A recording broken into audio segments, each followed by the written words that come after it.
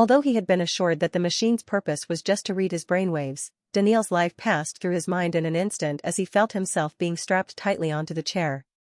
Left at the steps of an orphanage when he was just a month old, Daniel had the stamp orphan branded on him from a young age. Thankfully, the orphanage was run by a kind old woman who took great care of the kids. Although they lived frugally, Daniel remembered his childhood as being mostly pleasant.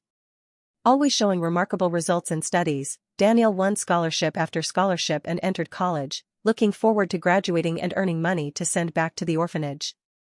He considered all of the children in the orphanage as his little brothers and sisters and wished for them to have a happy life. Disaster struck in the form of the son of a politician. One day, he had accidentally bumped into a guy who was avidly pursuing a girl. The guy had an opened bottle of water in his hands, which spilled onto his pants. Used to a frugal life, Daniel was a fragile boy. The bump had sent him careening onto the floor, resulting in everyone looking at them to see what the commotion was. Seeing the water on the pants of the boy, a few people ended up laughing. The girl also smirked before leaving the guy, who looked at Daniel with a murderous expression on his face. Since then, every day was hell for Daniel. Such a silly accident would have amounted to nothing if it were someone normal, but the guy in question was the son of a very rich and influential politician. Drunk with money and power, the guy wanted to make Daniel wish that he had never been born, and he did everything he could to make him feel so. Nameless people beat him up. His scholarship was cancelled with no reasons given. He was evicted from the hostel, and the shop where he had been working part-time kicked him out. Homeless and hungry, Daniel had to scavenge for food on the roads for the first time in his life. Mainly not wanting to disappoint the kind old lady and impose on the orphanage, Daniel had to live in the most disgusting conditions imaginable for several weeks. One day, he saw an advert calling any able volunteers for some harmless scientific experiments. The payout was good and the company seemed legitimate. Looking forward to the first decent meal in weeks, Daniel stumbled into the advertised clinic, thin, with skin clinging to his bones which were visible due to the malnourishment. The staff were all very accommodating, giving him a full meal first and allowing him to bathe and shave. Overjoyed by the hospitality, Daniel decided to do everything in his power to pay them back. Later on, he was told what the experiment was. The clinic was recording brainwaves to make a database for a new biometric system. For this, they needed volunteers. Volunteers would simply be strapped to a chair and drugged to sleep while a machine placed on the head would collect data. It seemed too good to be true. It was almost as if one was being paid to sleep. An ominous feeling washed over Daniel as he was strapped to the chair with electrodes connected to his head. Something was injected into his arm, which made him very drowsy. The last moment before he fell asleep, a jolt of electricity was felt racing into his body from the electrodes on his head. The last thing he remembered before he lost consciousness was pain. Pain throughout his body, as if he had been set on fire and was being burnt alive. A robotic voice woke him up. Asterisk ding asterisk. World domination system booting up. Current world, unknown. Host status, near death. Current goal, survive. Overall goal, dominate and conquer the world. As he slowly regained consciousness, Daniel felt shooting pains throughout his body. After the robotic voice stopped, he felt a flood of memories gushing into him. He did not know what had happened after he had been strapped into the chair, but he suspected that he had mostly died due to some accident. Like in the many novels he had read online, he had reincarnated into another world. This was a world of magic and mythical beings. Elves, goblins, trolls, dwarves, dragons, and many more races were known to exist, although in places far away. Magic could be learned by those who had the aptitude. Either by luck or fate, the person he had reincarnated into was also called Daniel. He had also died in a similar way, but much more directly, and that too, at the tender age of 12. He had stumbled into a silk pants prince and made water spill on the latter. On orders from the prince who glanced at him as if he were an ant, he was beaten to death by the prince's guards. The prince did not even bat an eyelid at the former Daniel's cries of mercy, just like someone who wouldn't care about the plight of an ant that they stepped on. The fact that he was just a small 12-year-old kid only made it so that it required a lesser amount of kicks to result in him lying on the ground, losing his life. That explained the pain, which was growing in intensity by the second. Daniel analyzed the rest of the memories. With a start, he realized that he actually had parents in this world.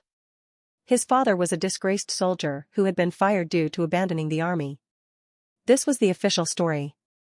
The truth was that he had offended a foolish but influential commander who was just in the post due to his family's power. Although disobeying the orders had resulted in him saving 20 people from dying, the commander's ego was hurt and his father was declared as a traitor who ran away from his post. His mother now supported the family by doing odd jobs around the city. By washing clothes, cleaning bathrooms, and sweeping floors, she scavenged enough money for their small family to survive. He had no siblings. Checking his current condition, he realized that there was no way his family would be able to handle the medical costs. Daniel had always been a filial child. Since as long as he could remember, his days were occupied by mostly helping his mother with her chores. Rarely, he would spend some time exploring the city. It was in one such exploration that this incident had occurred. If he died now, his body would simply be discarded at night by the guards who patrolled the city. Such was the kingdom of Lonthaner. Most of the things he knew about the world were told by his parents as bedside tales. 12,000 years ago, then adventurer Lanthanor, pronounced Lanthanere, led an expedition to slay a dragon which was terrorizing this land. After accomplishing such a noble feat, he had established the kingdom of Lonthaner. With steady management and skillful trading, a small city of 5,000 had developed into an enormous capital of 500,000. The kingdom itself had grown to accommodate millions of people, with walls being built on the borders to dissuade invasion. The capital was known by the same name. If seen from above, the kingdom's walls encompassed a circular area 120 kilometers in radius, with the capital located almost at the dead center. Lonthaner was a predominantly human kingdom and its main occupation was farming. Preliminary data collected. Present location, Lonthaner, Outer City. Host level, Human 0 Fighter, Human 0 Mage.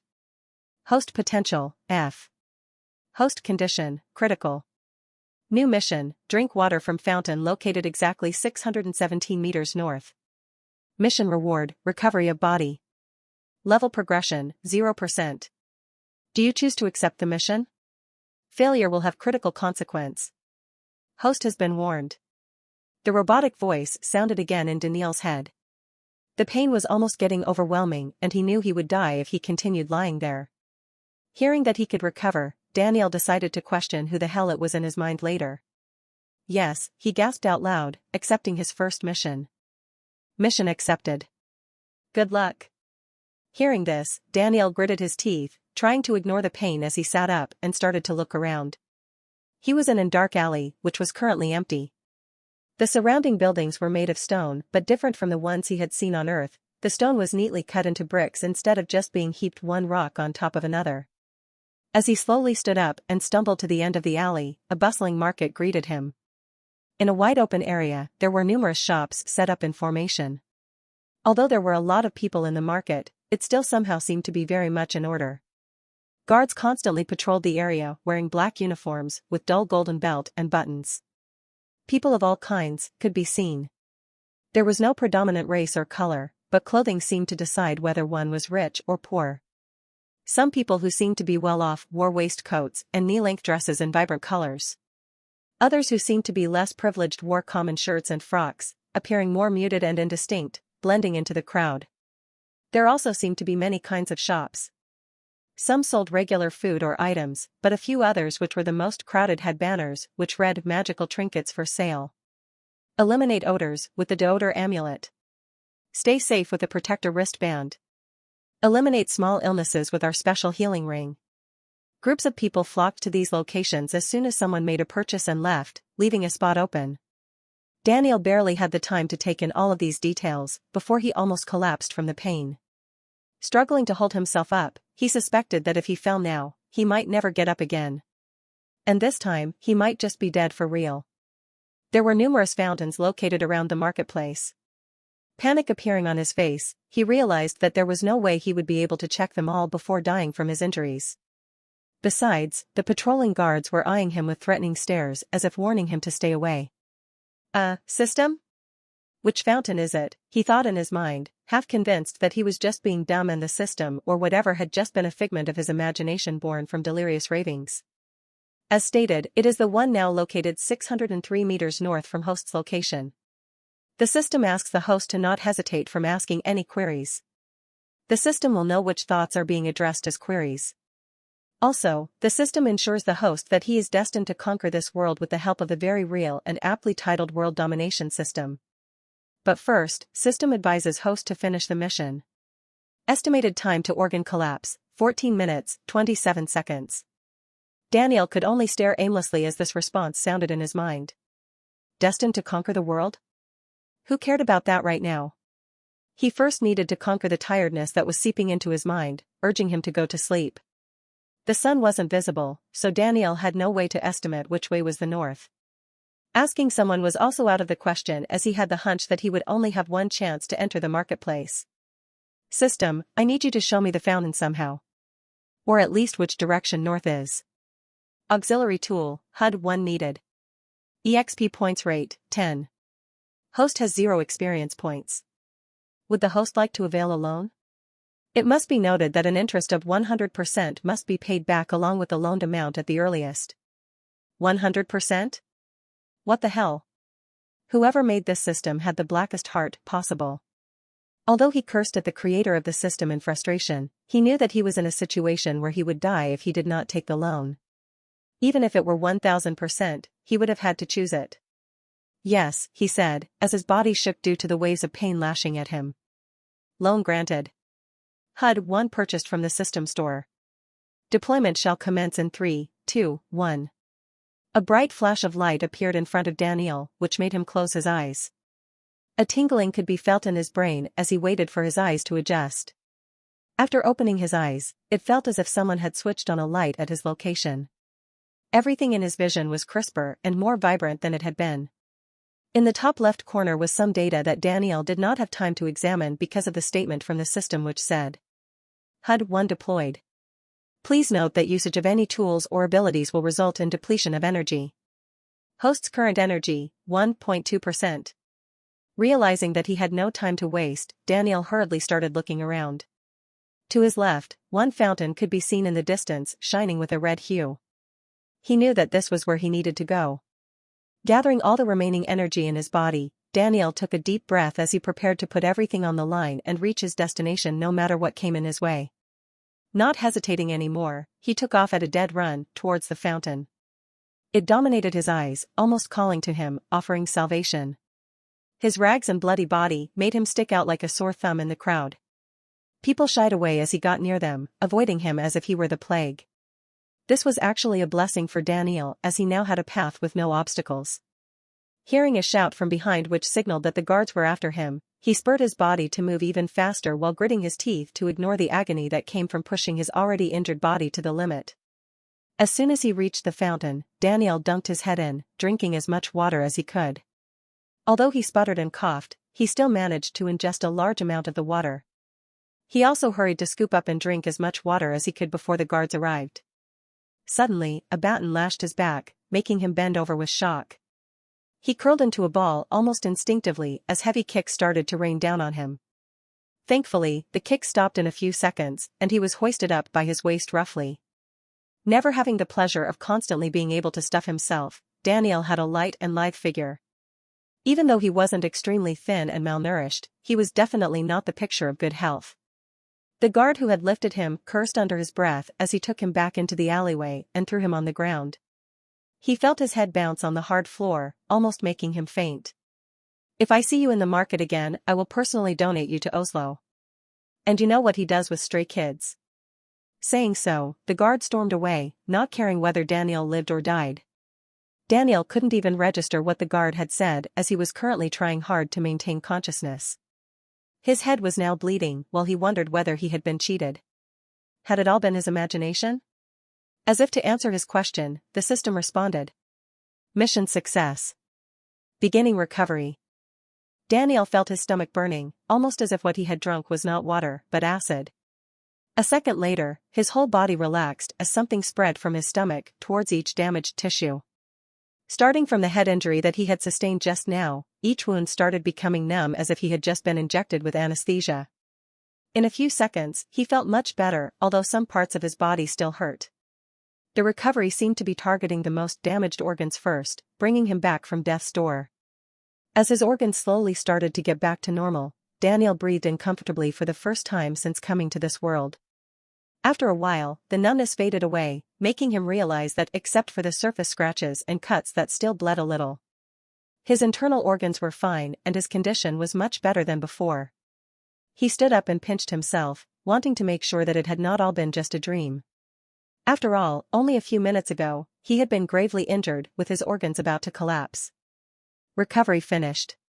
Ether exhausted. Host status had been updated. Host level, human 0. Host potential, F. Host condition, nominal. Level progression, 10%. Mission completion bonus, 10 EXP points. Points have been used to pay back the loan. Indeed, this damn system must have been a black-hearted banker in its previous life, thought Daniel as he marveled at his now healed body. What was done was done. Daniel stretched where he stood, wanting to check if there were any more internal injuries that he might have to worry about. There were none. As for the rest of the scrapes and aches, they were quite manageable. Seeing another fountain at the end of the alleyway which technically wasn't in the marketplace, Daniel walked to it and proceeded to clean the dirt and blood from all the external wounds. Looking at his reflection in the water, he got the first clear look at his face. He had brown hair, which was cut short, and a sharp nose, with a prominent bridge. A pointed chin and an angular jaw resulted in a face which would have been considered quite handsome back on Earth. His green eyes, though, served to make him lean more towards the cute side, especially considering that this body was only 12 years old. Memories of his actual face back on Earth kept appearing in his mind. As he stood in a trance in front of the water, the two faces seemed to be slowly superimposing on each other in his vision. After quite some time had passed, they perfectly aligned on top of each other and something seemed to have clicked in Daniel's mind. This was him now. It was almost as if he had bundled and set aside all the memories from Earth and the memories of life in Lonthaner were now in the forefront. He could now precisely recall more details about his childhood and parents. Mind sync complete. System congratulates host for settling into his new body. 10 EXP points awarded. Ding, your loan has been repaid. Thank you for banking with the system. The voice brought him back into reality. Well, at least he wouldn't have to worry about the loan anymore, he mused before thinking about what to do next. Deciding to first return home before finding out everything about the system, Daniel drank some more water before starting on his way. He had been gone a long time and his parents might be worried. Giving up on salvaging his clothes and trying to hide his injuries, Daniel walked back home, taking in all the sights around him. He would just have to give an excuse when the time came. Lonthaner was a thriving city. It was divided into the inner and outer cities, with the outer city occupied by merchants and common people. The inner city was the residence of the nobles and ministers of the kingdom. It was off-limits to people without high enough authority. The streets were finely paved with what looked like an orange soft rock, which felt good to walk on even though he had no shoes. At regular intervals, there were fountains where common people could be seen drinking water. Laughing families and screeching kids roamed the streets, happy and carefree. At first glance, it would seem that the people were happy with whoever was in command of this kingdom. This was just on the surface though. From Daniel's memories, he knew that the past second kings had repeatedly increased the taxes. Although it was not yet at a stage where people would have to sell their possessions and live frugally in order to just pay the tax, another tax hike was dreaded as it would result in a situation exactly like that. Hence, people just found enjoyment where they could. They stayed far from the guards and minded their own business. The two establishments with the most business were bars and magic trinket shops. Both of these had flocks of customers all year long. Soon, Daniel entered the slum area. Here, the roads weren't as soft, almost like the soft layer that had been present everywhere else had faded away. Small shacks were everywhere, spread haphazardly. Unlike the city he had just walked through, there was no order and very few guards. Daniel had always been astute, so he could see that although there wasn't much order, there was more genuine happiness. An old couple played with two children while the latter's parents watched on smiling. A middle-aged man offered his drink to everyone passing by, not caring if it got depleted by people he didn't even know. When he was passing through, 4 or 5 people even stopped him and asked if he was okay seeing his condition. They offered to feed him and tend to his injuries as best they could if he did not have any parents. Daniel was shocked by the hospitality. He did not expect such behavior at all, from people who seemed to have nothing but the clothes on their back to their name. After politely declining and assuring them that he had parents up ahead, their warm smiles still stuck in his head as he continued on. Eventually, he reached a familiar shack. The roof was a rusted steel-like sheet with miscellaneous stuff laid on top to aid with leaks. The walls were also made of the same material, which was quite sturdy even though it was quite thin. The door had a nameplate which read Anavran House in jagged writing. A warm feeling filled his heart seeing this rundown shack. He was finally home. As he opened the door and went in, he saw a woman look up with teary eyes. This was his mother. She seemed to be middle-aged, although she was only 36 years old this year. Women in Lonthaner usually married much earlier than back on Earth. At that time, theirs had been a flourishing family with his father in an important post. The military was very well looked after by the government, with monthly rations for food and a designated villa to live in. With all these conditions, the Anavran family did not hesitate to have a child. His father had been born to a middling cloth merchant. He had joined the army at the young age of 16 and had worked his way up the ranks with grit and determination. This resulted in him becoming a squad leader at the relatively young age of 25, while also garnering the admiration of many higher-ups. His father fell in love with his mother at first sight at a family gathering. Although she had only been 18 at the time, the families did not hesitate to make the marriage happen. Such an age difference was actually quite common here. Then, disaster struck. Daniel was around 3 years old when his father was thrown out of the army. Even their families were targeted and they were warned that they could either move to the slums or be thrown out of the city. With no other option, the Anavran family had built this shack with the last of the savings that had not been confiscated and had lived here ever since. Thus, he only had vague memories of the rest of his family who maintained their distance except for a few close friends. "Daniel. Where were you? You made me and your father so worried," his mother gasped out amid sobs after running up to him and hugging him. Noticing the injuries that were all around his body, she carefully started checking everywhere to make sure that there weren't any life-threatening ones. Maria was her name. Hearing the commotion, a man with a circular mark branded on his forehead looked up from the bed. A broad smile came upon his face on seeing that his son was back. This family would be shattered if anything happened to their only son. He was their pride, their hope, and their heart. His father was called Robert. The mark on his face was the brand given to all those disgraced and thrown from the army. Seeing the mark, no one in their fair mind would even donate a few coins, let alone give a job. "I'm fine, Mom. I got attacked by some brats who thought I had money on me. They left after ganging up on me and seeing that I had nothing but these clothes. I just washed my face in a fountain before hurrying back," he lied. There was no way he could tell anyone about the system yet. Thankfully, this wasn't the first time this had happened. Thus, his mother simply sighed and walked to a cupboard to get the cheap recovery solution that healed scrapes like these in a few days. Seeing the state his parents were in, Daniel felt indignant. An honest soldier's family was reduced to this state due to the ego of someone with authority. His mother, who was only 36, looked at least 50. The manual labor day after day had taken a toll on her, making her once glowing skin now look dull and rough. Even her face, which had once been filled with vitality, now held many marks and lines of age, which appeared well before their time. Unlike the previous Daniel, who felt resigned to their fate, he wanted to take revenge. He wanted to set right all the wrongs that had been done to his family. But first, he needed to understand what the system was. Drinking regular water had somehow healed his body and pulled him back from death. The HUD, which he had hastened to deactivate after reaching the fountain, was even more magical in its own right. The system would be his weapon with which he would fight back. Hence, not a single soul except him needed to know about it. He knew how zealous the technology wing was under the new king and did not want to be experimented on like a guinea pig. Although his father gave him a disapproving look not believing the story, Daniel could only climb into his bed after shooting him an apologetic smile. He had told his mother that he was tired and that he had already eaten some bread donated by a passerby. Thus, she let him go to sleep after applying the ointment all over his injuries. There were no rooms in the house, with only curtains visible which partitioned the small 70-square-m room into a living-cum-cooking/dining area and 2 bedrooms with one smaller than the other. The smaller one was Daniel's.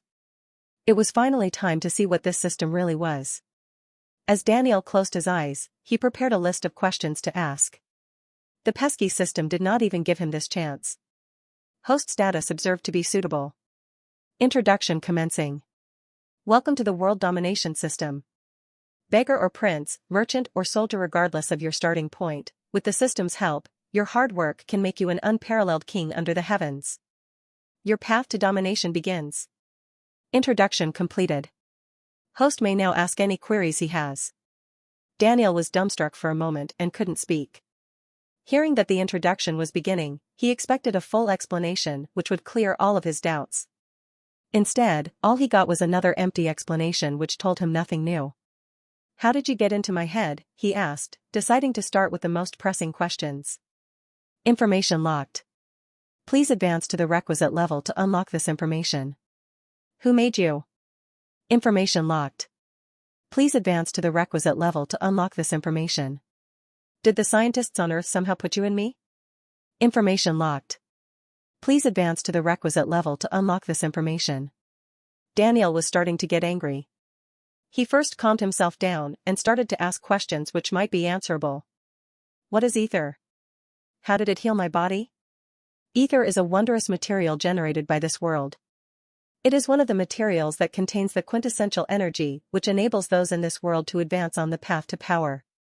In a concentrated form, it also has incredible healing properties which the system can harness. The system has the ability to detect such materials. At the present level of the system, only ether can be detected. Please upgrade the system to unlock more functions. Unlock cost, 10,000 EXP points. This was a start. Even Daniel had heard of ether, but he had just wanted to make sure. What else can you do? The system can currently perform the following tasks. Ether detection. Host status analysis. Deployment of auxiliary tools. Mission control. Please upgrade the system to unlock more options. Unlock cost, 10,000 EXP points.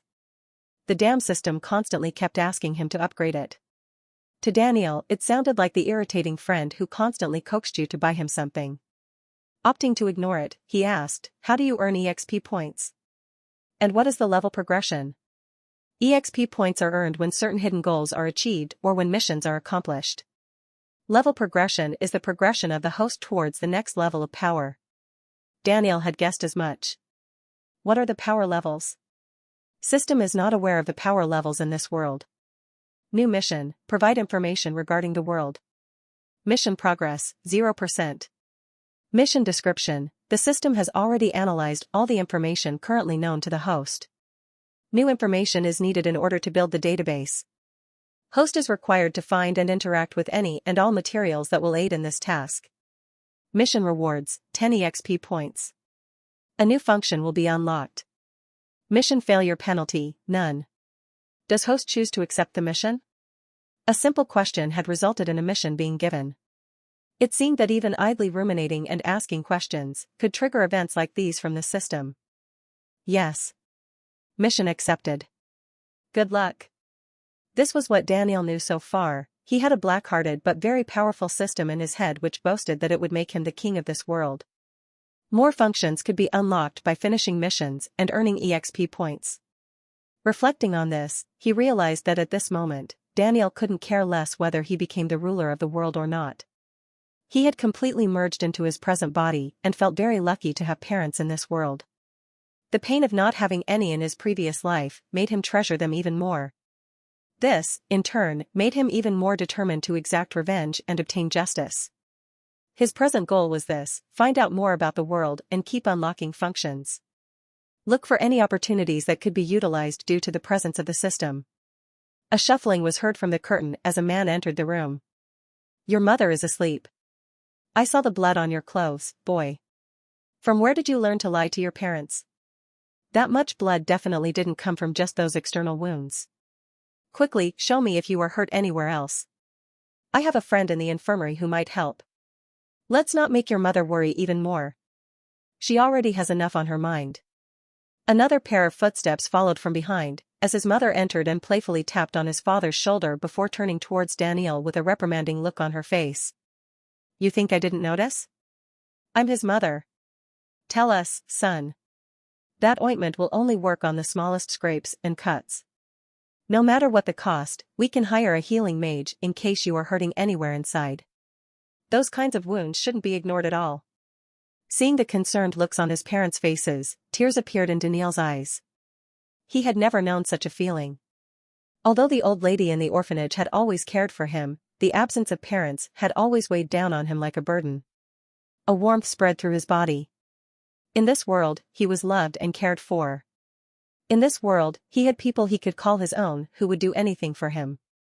He could only hug them both and cry uncontrollably as all the pent-up tears from all the years of sorrow erupted out, finally breaking free from his eyes. His parents let him cry all of it out, opting to just pat him on his back and let him explain. After controlling himself and wiping away the last of the tears, he said, "I'm not hurt anywhere else. Trust me, Mom and Dad, I wouldn't hide it from you if that were the case. I know you would do everything to get me cured. I'm just really happy that I have you too." Saying so, a broad smile appeared on his face. Seeing this cute smile, the couple could only smile back and leave wishing him a good night. His father still had a questioning look, but his mother dragged him away as if telling him to not pester their son. If he wanted to tell them something, he would. Daniel knew that being in the army, his father did not believe him at all. But there was nothing he could do. This was something that he could not share no matter what.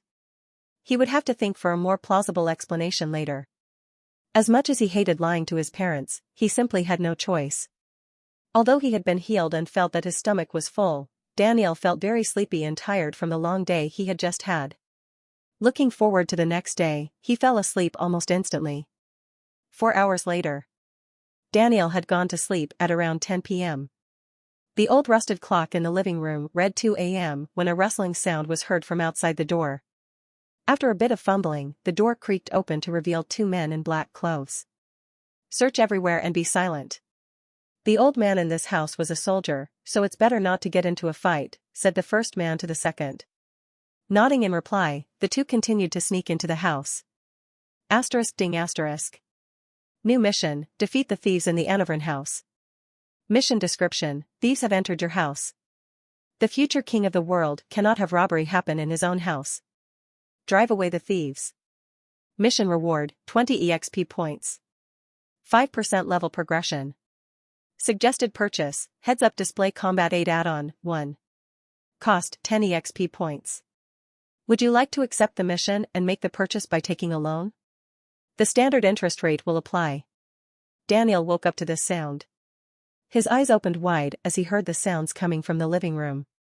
They had been robbed thrice before, and each time, the whole family had almost starved for weeks before they could stockpile a little food again. The only valuable things in the house were food and a few other odds and ends, like the clock. Still, Daniel had no intention of just lying down and ignoring the situation, especially when he could stop it. Yet again, he had no choice but to take the loan. He had no experience fighting and knew that he would need the aid of the system if he wanted to successfully drive the thieves away. Yes. Buy the add-on and equip the heads-up display. Affirmative. Loan approved. Purchase made and added to HUD. HUD deployed. Good luck. As the display came back over Daniel's eyes, he noticed that he could see the thieves even from behind the curtain. Now that he studied it, the panel at the left indicated his status, while a 3D image of his body showed whether any part was injured. It was his health indicator in graphic form. As he was trying to figure out how to proceed, a white footprint was seen in the corner of his eye. On the ground was a line of shining footprints that led towards one of the thieves who had his back turned to him. Daniel decided to just trust the system. He silently set his foot down on the indication and inched towards the thief.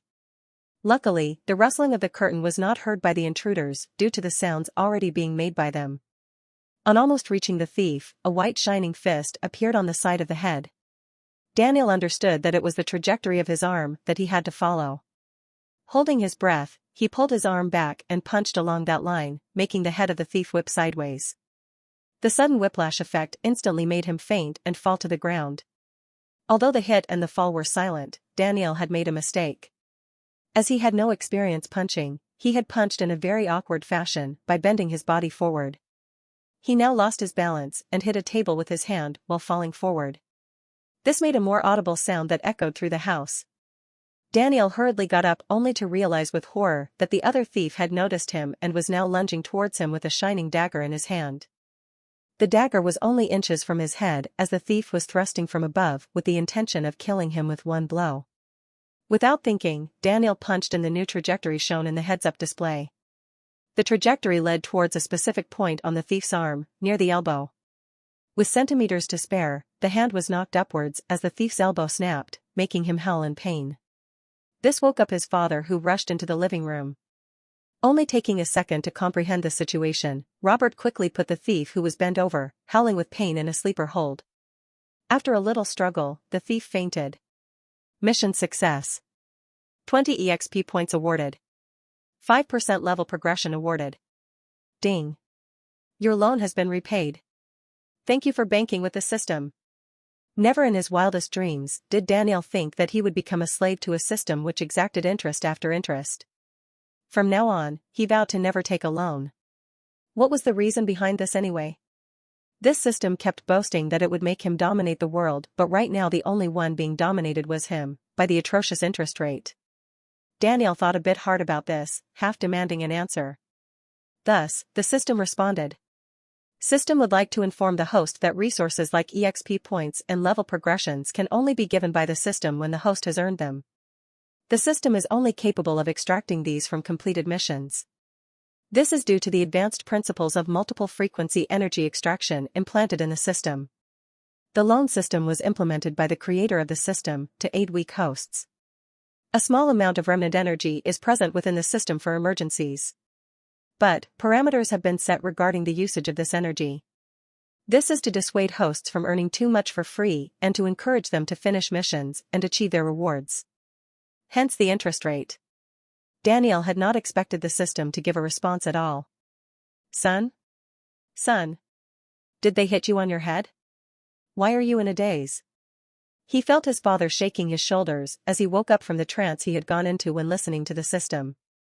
He had no time to analyze the system's answer, what with his father staring at him with a worried look on his face. No, Dad, I'm fine. I was just a bit shocked by the suddenness of this all.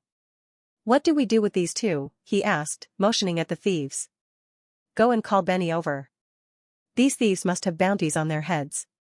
If we go through anyone else, they would just eat up the reward instead of giving it to us due to our status, he said, sighing. There had been multiple instances when constables or city vendors had outright cheated them as there was no one to ask and obtain justice for them. Such was the depravity of those branded with that mark. They could only shut their mouth and try not to be cheated again. Situations like these made the family treasure true friends more and more. Benny was such a friend. He was a constable charged to patrol the slums who sympathized with the Anavern family and helped them however he could because he knew the real reason Robert was driven away. Daniel had fond memories of this Uncle Benny bringing tasty food or candy when he was starving. Besides, how did you manage to knock out the first thief and make the second thief bend over with pain? Hee, instincts. I just heard them snooping around and wanted to stop them. I'll go get Uncle Benny, he said, giving another poor excuse and running from his father's hands. Robert's eyes followed Daniel from behind with a suspicious look on his face. Something had changed in his son. Deciding to get to the bottom of it later, he hurried to tie up the two thieves before they woke up. Uncle Benny arrived in a few minutes and was shocked seeing the two tidily tied up thieves. These were some of the most notorious thieves terrorizing the outer city. They had recently made a high-profile heist and were thought to have left the city. To think that they would be caught in the slums, the commander would surely be shocked. There was a big reward on the thieves' heads, which would really help out this family. He promised to get all of the money and hand it over by telling his superiors that someone else had managed to catch them. With everything taken care of, the two of them went back to sleep. The next morning, Daniel woke up to the sound of the rooster crowing. It was still a bit dark outside, but he couldn't go back to sleep. As he always did, he helped his mother and father with chores until the sun was completely up. Then, his mother went to work and his father went to meet some friends in the slums. Free, Daniel left his house to look for the library. The town library was one of the most prominent buildings in the city. Built in a wide-open area with high domes and rich mason work, it was truly a sight to behold. It reminded him of the famous White House back on Earth. Only, the material was yellow instead of white. Daniel excitedly walked up the steps leading to the door before a signboard nearby completely punctured his excitement. Price of admission, 10 silver lands. Lawn was the official currency of Lon Thaner. 100 bronze lands made 1 silver lawn and 100 silver lands made 1 gold lawn. 10 bronze lands was the amount required for a typical person to eat the simplest food for a day. And this damn library needed 100 times that? There was no way he could bring this much money, what with the financial condition his family was in. Daniel could only pull his hair in frustration as he wondered what to do. With no other option available, he proceeded to dejectedly trudge back home. Just as he got home, Uncle Benny was handing over a small pouch to his father. "It's a pity, Robert. Bad luck seems to hound you. These two actually accomplished a very high-profile heist just a day before they were caught in your house. Those items have still not been found. The bureaucrats were still deciding on revising the bounty. If I knew this, I would have hid those two somewhere before handing them over. Alas, now we could only obtain 1 gold lawn for each. Still, it's a pretty high sum. Take care, Robert. Think about sending Daniel to some fighting classes. If what you said is true, and he did take down a thief by himself, he must have great talent." He departed after ruffling Daniel's hair a bit and saying hi. Daniel's sight was fixed on the gold lawn. This was his ticket into the library. "Dad, I need 10 silver lands," he blurted out. Hearing this, his father could only stare. Till date, Daniel had always been the obedient child who never asked his parents for anything. "What for?" he asked, with a patient face. Daniel decided to tell the truth. Since childhood, he had always been interested in reading. His parents had taught him the words and letters, and they still boasted that he had learned everything in a very short span of time. "I want to go to the library, Dad. I want to read everything there and decide what I want to be in the future. Please, Dad? Can I go?" Robert sighed as he saw his son put on puppy eyes in a bid to convince him. "All right. Remember, you decide your own life, son. Be careful out there." In the past, this amount would have been nothing. Now, they had to scavenge for every little morsel. Even he wished for his son to become learned about the world. He did not want him to be the country bumpkin who would be laughed at for knowing nothing. Above all, he wished for him to have a bright future. "I'll go get change from some friends. Wait here." Saying so, he left the house. A sad expression came over Daniel, seeing his father walk out with a drooped figure. He longed for the day when he could lift all the burdens and sorrows from his father's shoulders. He leaned on the wall, looking down. As he did so, he noticed a small paper parchment under the dining table. Bending and going under the table, he picked it up. It seemed to be a map of some kind. ****. New mission available, find the thieves' hideout. Mission description: during the scuffle, a piece of parchment fell out of the first thief's chest when he was knocked out. The host has found this map. Following it will potentially lead to the hideout where the thieves may have stashed their earnings. Mission reward, 20 EXP points. 5% level progression. Host is advised to proceed with caution. Mission parameters will be updated when information is obtained about the hideout. It was a treasure map. He had heard Uncle Benny say that the thieves had made a very high-profile robbery. Now, it was his chance to obtain these items. Daniel resolved to investigate the location marked on the map as soon as he got a chance. It seemed to be somewhere near the east wall. But first, he needed to understand the world he was in. It was time to finally go to the town library. Robert soon came back with a bag full of jingling coins. Each lawn, regardless of whether it is bronze, silver, or gold, was of the same size. The only thing that changed was the material. His father carefully counted out 10 silver lands before placing them in a small cloth pouch and handing them over to Daniel. He proceeded to pat his head and give him a wide smile before going out to take care of some chores. Wanting to finish the mission as soon as possible, Daniel changed his clothes and hurried to the library. He had seen that all of the people who were entering or leaving the library were all well-dressed, so he also chose to take out his best clothes. Best here was relative, though Daniel only wore the clothes which were the least torn and faded. A clerk was sitting near the door, collecting the entrance fee. Daniel walked up to him and paid the amount while feeling a small pain in his heart.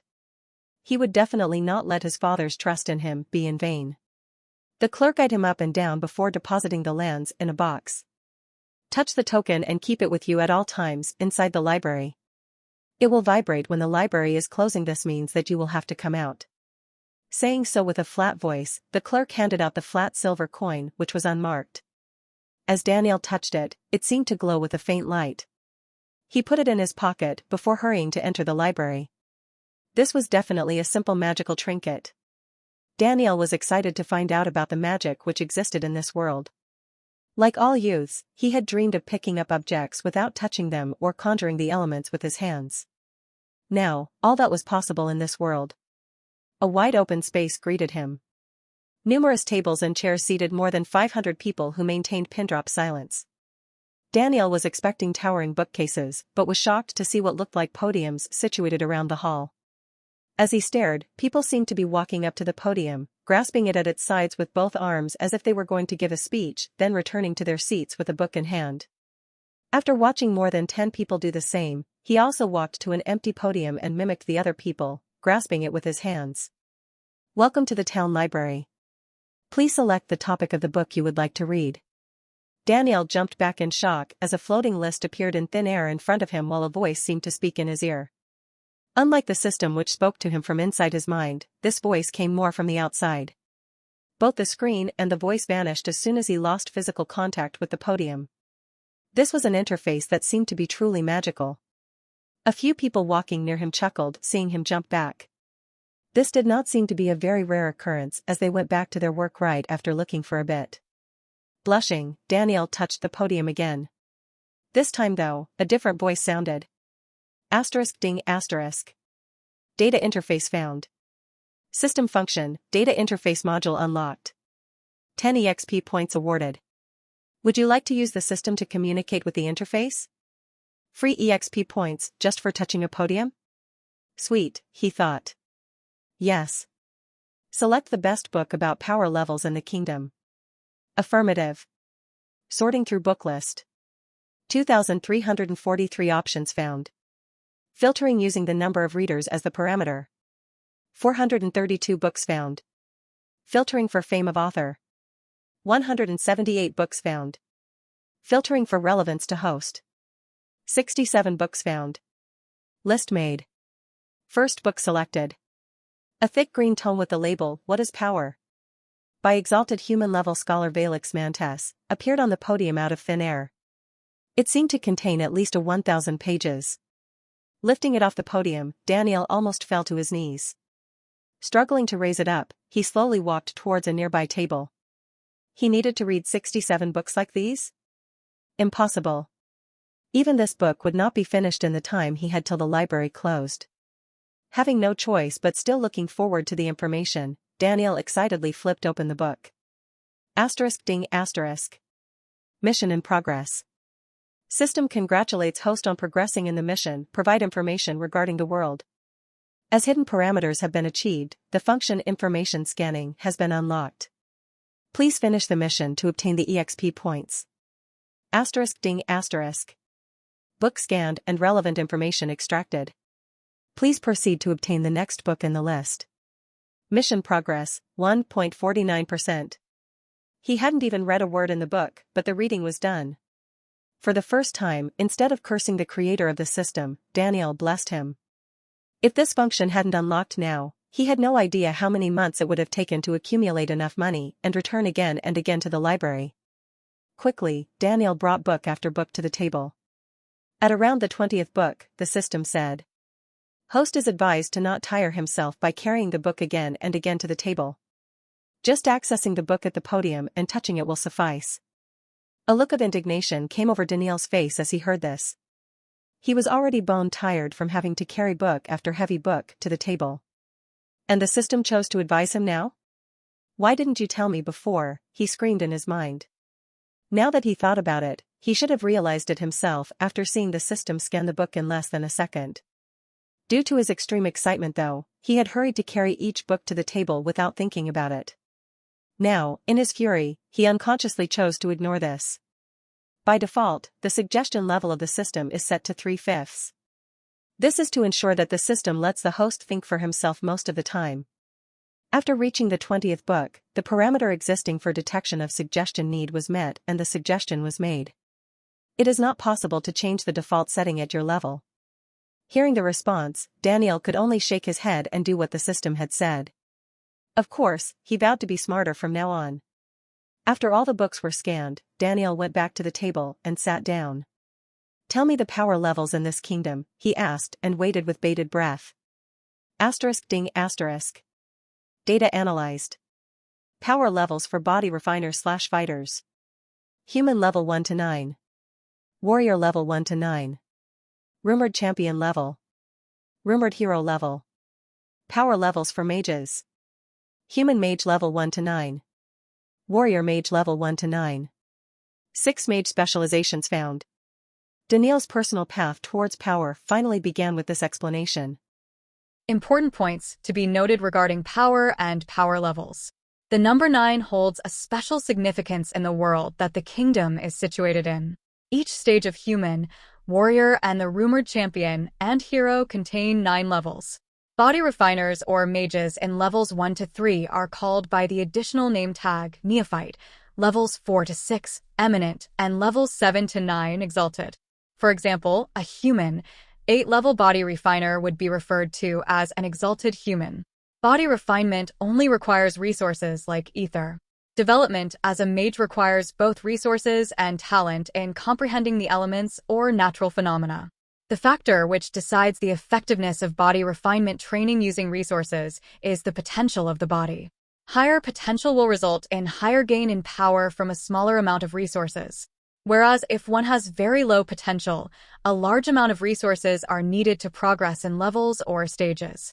Mages can cover up the weakness of having a weak potential by having a strong comprehension ability.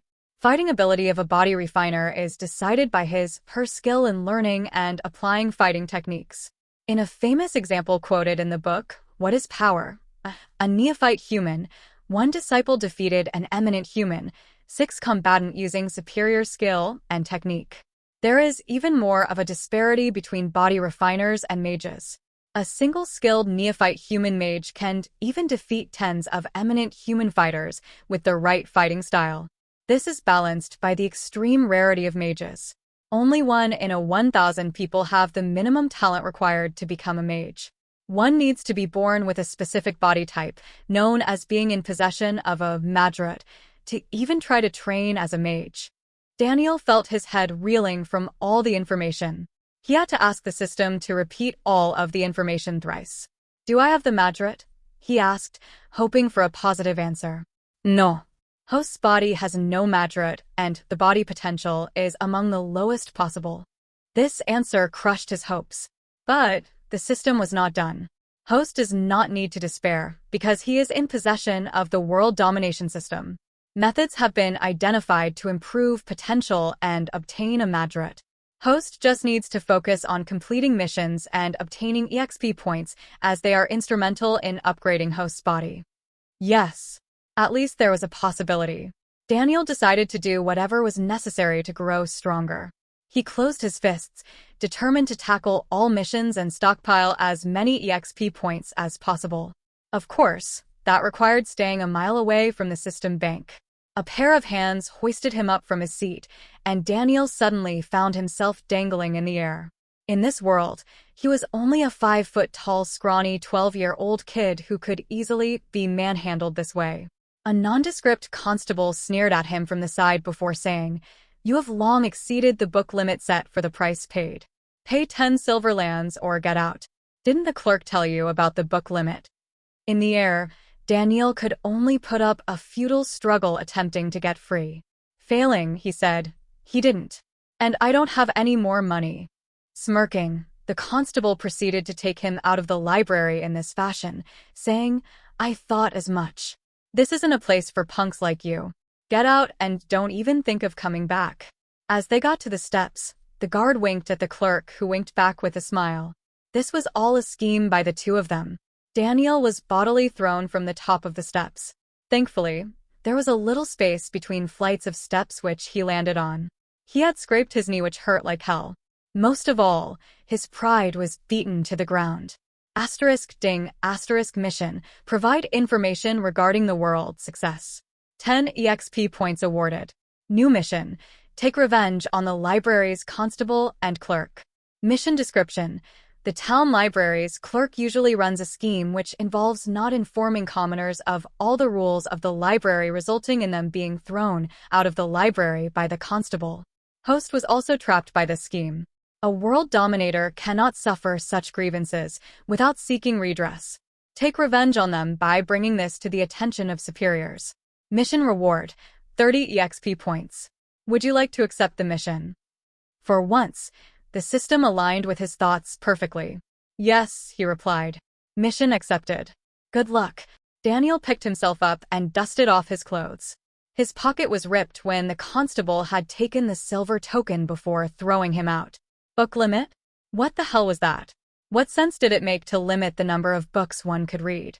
Regardless, he was out of the library now and would need to pay again to go back in with money he didn't have. He was at least glad that he had had the time to finish the mission. Finally, he had 10 EXP points to himself.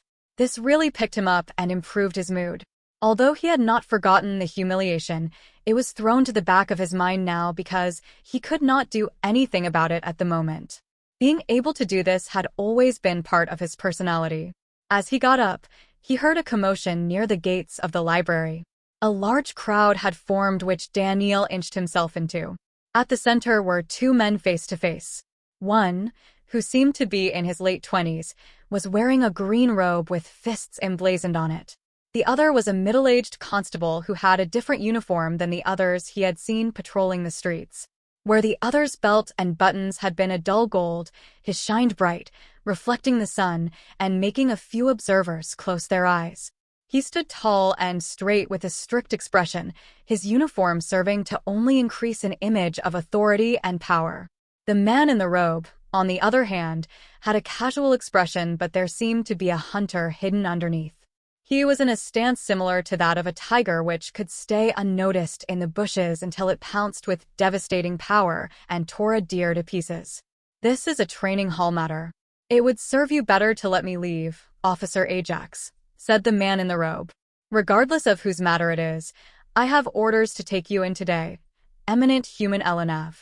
Either come quietly or be beaten into the ground by someone who is stronger than you, said the officer, loosening his uniform in anticipation of a fight. And that someone is you? With just your exalted human strength? It seems you did not take your instructor's words to heart when he said that skill can overcome level any day. In his place, let me teach you a lesson. As soon as the last word had exited his mouth, the man in the robe jumped 10 feet up in the air.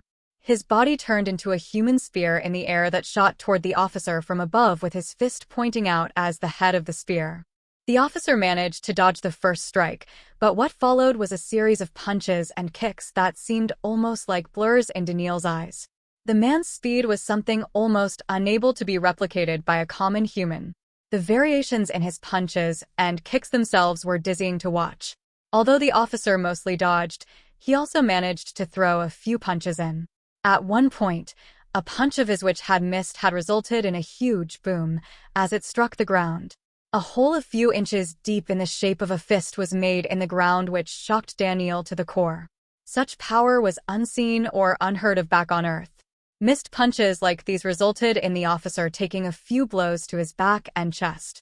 But the uniform seemed to contain certain protective properties which enabled him to shrug off whatever injuries he may have sustained. Although the man moved fast, his punches and kicks just did not contain enough force to disable the officer. Just as the saying goes that walking near the riverbank will make your feet wet, one punch of the officer finally landed on the man's chest. The man flew back, borrowing the momentum of the punch before landing a few feet away, holding his stomach. A 4th stage eminent human against an 8th stage exalted human. And you took so long to land a punch. Is this the strength you wanted to beat me down with? Asked the man, smirking. The officer humphed, embarrassed in front of the crowd, before saying, "It is the result that matters. Now come to the station quietly," he said. "Sure. Can I get a hand?" he asked, raising his hand as he was kneeling on the ground. Daniel felt odd. The body language and tone of the man was not at all like that of one going to surrender. The officer smiled before walking forward in a dignified manner as if for all intents and purposes, he was the one who had won the fight. He held the man's arm and proceeded to raise him up. The man smiled broadly and patted the officer's shoulders, saying, "Thanks. Now you better go get help fast. Don't blame me if you end up getting crippled for life due to ignoring my warning." The man said these strange words before walking away from the officer towards an end of the crowd near Daniel. Everyone was waiting with bated breath for the officer to turn around and confront the man again, but strangely, he stood there, rigid. After a second, a poochie sound was heard as blood erupted in a fountain from his nose, ears and eyes, making him fall to the ground. Impossible. The secret technique for warriors. You cannot have mastered it, he gasped, before fainting in a pool of his own blood. The man, not even turning back, walked out of the crowd as people made way for him, awed by the utter magnificence of the scene. Daniel followed the man with his eyes. The only thing constantly running in his mind over and over again was, "Damn, that's cool." Unable to get the scene out of his head, he ran towards the man who was walking away. As the man ducked into a corner, Daniel followed him in and was shocked to find him leaning against the wall, panting. Blood oozed out of the corner of his mouth as he sunk to the ground. Are you okay?" he asked, worried. This image was worlds different from the one that he had projected just a few seconds back. "I'm fine. That damn punch just managed to break a rib. Fighting with an exalted human is no joke, especially when I'm 4 stages behind. What do you want, kid?" "I want to learn to fight like you," answered Daniel. Without waiting for the man to reply, he took out a piece of bread from his pocket and held it forward. His mother had thoughtfully packed the bread as a snack in case he got hungry in the library. Now, he was using it as a small token of offering with the hope that it would make the man see that he was worth taking in. Especially seeing his clothes, anyone could tell that he was a poor kid whose food for the day was probably just that piece of bread. He was not doing these just out of a whim. The main reason was a system prompt which had occurred right after the man exited the crowd. ****. New mission.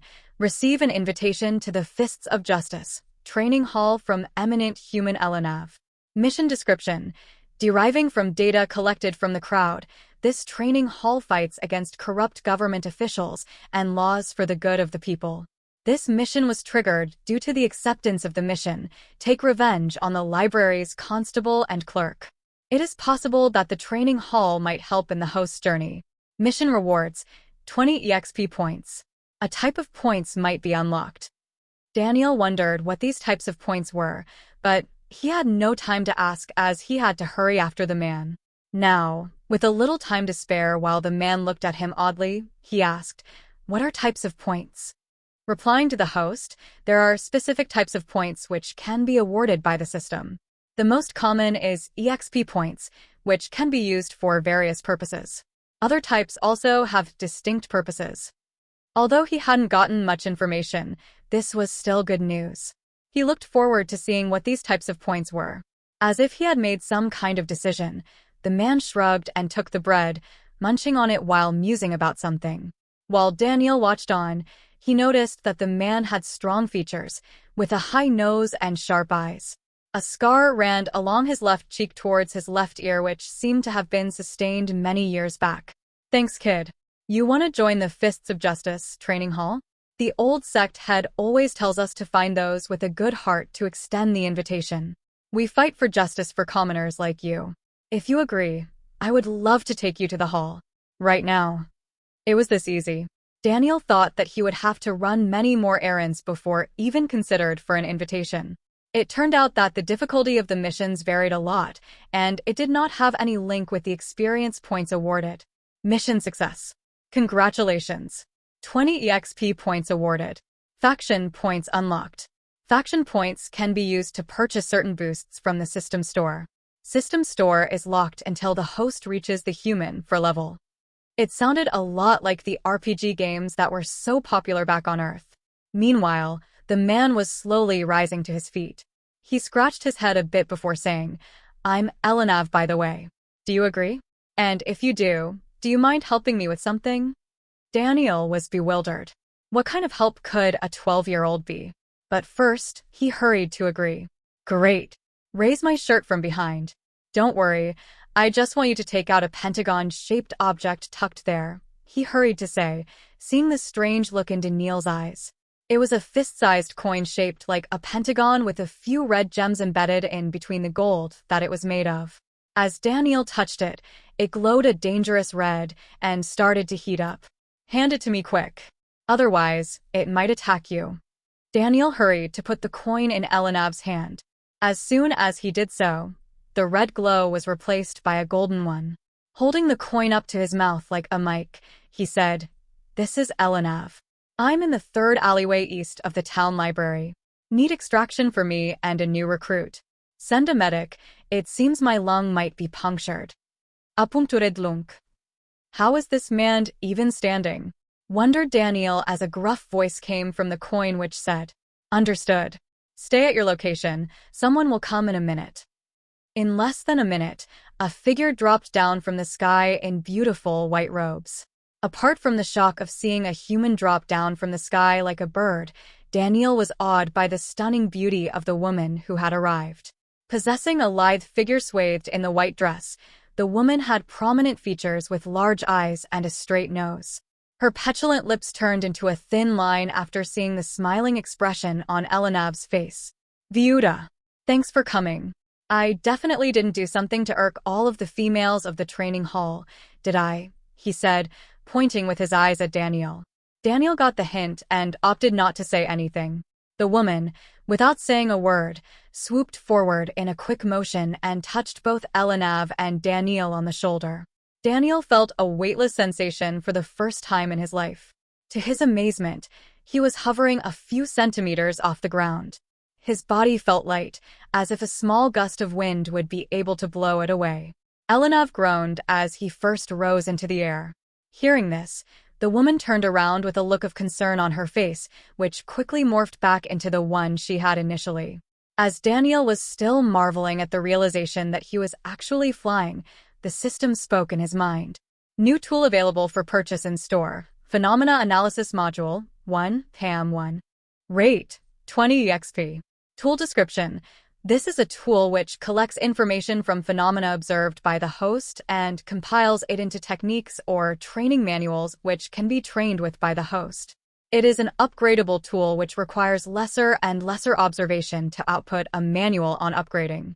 Host has been a witness of 2 instances, a fight between body refiners and flight using manipulation of gravity.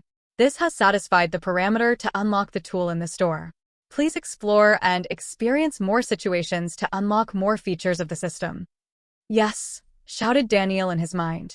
Purchase made and tool deployed. Thank you for shopping with the system. Remaining EXP 10. Back to 10 points again. It seemed that points were hard to earn but easy to spend. This tool especially was too useful to pass up. Who wouldn't want to obtain manuals by just looking at people using them? Daniil suspected that training methods were either secret or very costly. Hence, this tool would definitely repay its value by many times in the future. The trio rose up into the air slowly, stopping after reaching the top of a building. The woman took out a pendant from a pouch on her waist which she squeezed, making it glow green. It also seemed to indicate something through the glow of the light, as only half the pendant was shining. Instantly, the 3 rose up into the sky a few feet more before proceeding west. Buildings and people zipped past as they rapidly approached an area with wide open spaces and a few buildings. While flying, Elenav pointed to the woman and said, "Viuda here is the best gravity mage in the outer city.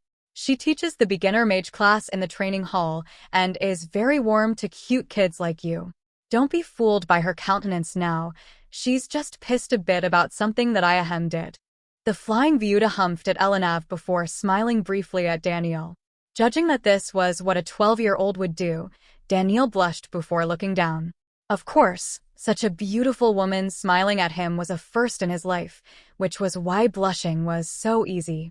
Instantly, though, he felt something in his stomach. The rapid motion had already been making him feel queasy, and looking down made his condition worse. He struggled to control himself and not puke his stomach out in his first flight. After a minute or so, the 3 landed in a grassy space. A few feet away was a small hut, marked with the words, "Training Hall Master" on the door. The air here was fresh to breathe, and Daniel felt energized just by taking a deep breath. Even the feeling of queasiness subsided in his stomach.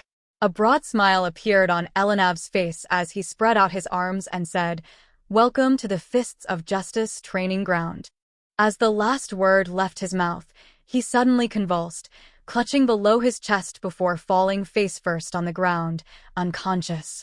Seeing him fall, Vyuda flew across the ground to the door of the cottage. Just like in the air, she seemed to have perfect control and stability in flight. Her toes were only a few centimeters off the ground as she floated forward at an angle of 45 degrees to the ground. On knocking, a man in a brown waistcoat and trousers opened the door. He looked to be middle-aged, with kind eyes, an aquiline nose, and a short beard. His tanned and bulging muscles could be seen under the waistcoat which loosely hung off of his shoulders. "Master, I've brought him," she said, before gesturing towards Daniel and the unconscious Elenav. "Good. Go get Mother Frida." Nodding, Vyuda quickly flew into the distance. The man ran towards Elenav before laying him on his back. After ripping open his robe, he put his hand on the discolored and bruised area near Elenav's left chest. His hand seemed to glow as a white halo formed at the spot that the man had laid his hand. Elenav groaned, but remained unconscious. "So, you're the new recruit? Why do you want to join the Fists of Justice?" he asked after raising his head and looking Daniel in the eye. His eyes seemed to hold a strength that cautioned Daniel from lying or saying anything that wasn't true. "I want to grow stronger and obtain justice for my father," he said, closing his fists and putting on a confident front in defiance to the man's gaze. The man's eyebrows raised as he said, "Oh? A determined one, I see. Who is your father and what justice do you want to obtain?" His eyes turned back to normal and Daniel felt as if a weight had been lifted off of his shoulders. "My father is called Robert. He was in the army before." The man raised his other hand, stopping Daniel. "So you're Daniel. Robert is a close friend of mine. We even discussed sending you here the other day. It is really sad what happened to him. He was an excellent soldier and an even better man," said the man, sighing. Meanwhile, Vyuda had returned with another woman who seemed to be in her mid-40s. She reminded Daniel of the kind old lady of the orphanage as both of them had visages which shone with the goodwill and care that was characteristic of them. Seeing the two arrive, the man said, "Mother Frida, I have stabilized his condition. His rib punctured his lung, and he was holding on till now due to the sheer control of his organs. Please mend the rib so that he can be transported to the sickbay." Saying so, he stood up and walked back to his cottage, motioning at Daniel to follow. Mother Frida, as she had been called, bent and placed her hand on the same spot where the master's hand had been. Instead of the white, a red halo now appeared as Elenav screamed out loud suddenly. "Ignore them. He will be up and running around in no time. Now for your matter. Are you sure that you want to enter the Fists of Justice? The training will be fierce, and I will not consider any cries for mercy after accepting. Of course, you can choose to leave in the future, but only after completing the training. These are the instructions of your father, so you have no say in it. Think well before accepting." Hearing that his father had already laid down instructions, Daniel did not hesitate. He had been thinking about this since the flight, and after seeing that both mages and body refiners were present here, he found no reason to reject the invitation. "I accept," he replied. "Good. I'm Felix, but that's Master Felix for you. Wait here while I get our enrollment coin." Felix walked into the cottage, leaving Daniel waiting outside. Elenav's screams were only getting higher and higher in intensity before suddenly stopped with a gurgling sound. Before he could turn around to see what had happened, Felix had returned. "Put your finger on this coin. Keep thinking in your mind about accepting the invitation." Felix held out a round coin shaped like a fist which was around 4 inches long. Each finger of the fist could be clearly seen in what looked like excellent craftsmanship. Daniel put his index finger on the coin. On feeling a small pain, he realized that a drop of blood had oozed out of a small cut made by an unnoticeable needle on the coin. The coin had absorbed his blood and now glowed a bright orange. Asterisk ding asterisk. Host has entered the faction. Fists of Justice Training Hall. 1 faction point awarded. 10 EXP awarded. Incoming communication from enrollment coin. Would host like to hear the message? Yes. Welcome to the Fists of Justice. Our motto is this: bleeding or hail, my fists shall forever stand on the side of justice, striking fear into the hearts of those who seek to take advantage of the downtrodden. Fists of Justice, forever undefeated. Touch the coin at any time to inquire about the training hall or check for any missions. This coin shall also act as your identity proof in the hall. Please note that if anyone else touches the coin, it shall self-destruct, causing catastrophic harm to the one holding it. This explained what had happened before with Elinav. As if he had been called through his mind, Elinav woke up behind him screaming, "No, it wasn't me. I didn't set the women's clothes on fire."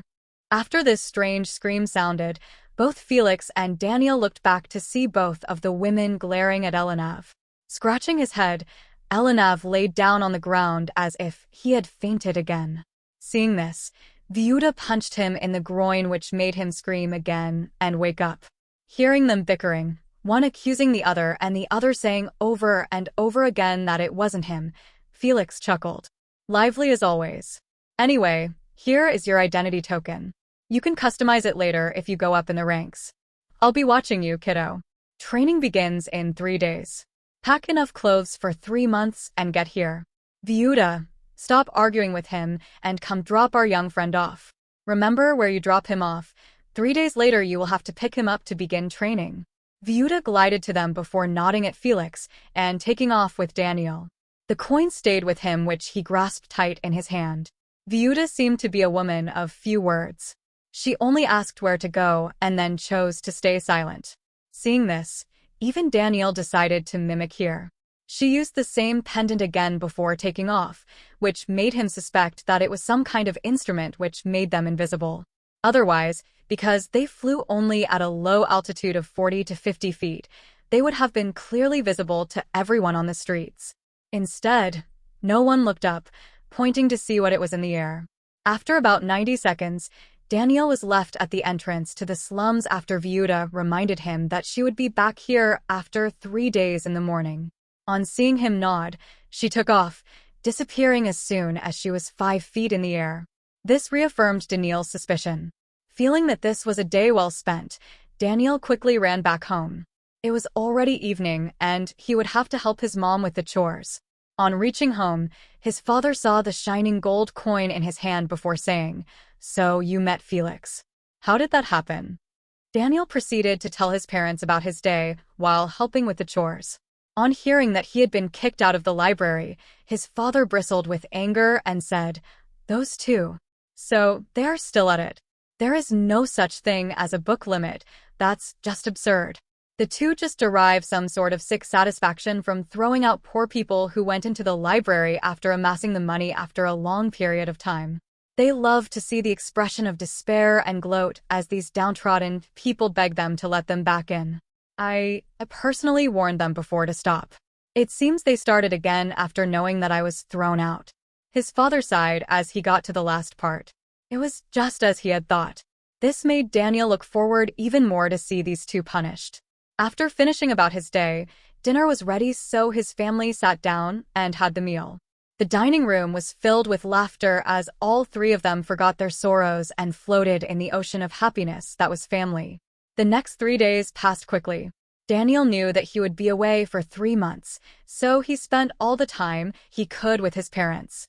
Each day passed by with many smiles and laughter as the Anavrin house was vibrant with the joy of a family who were happy to spend time with each other.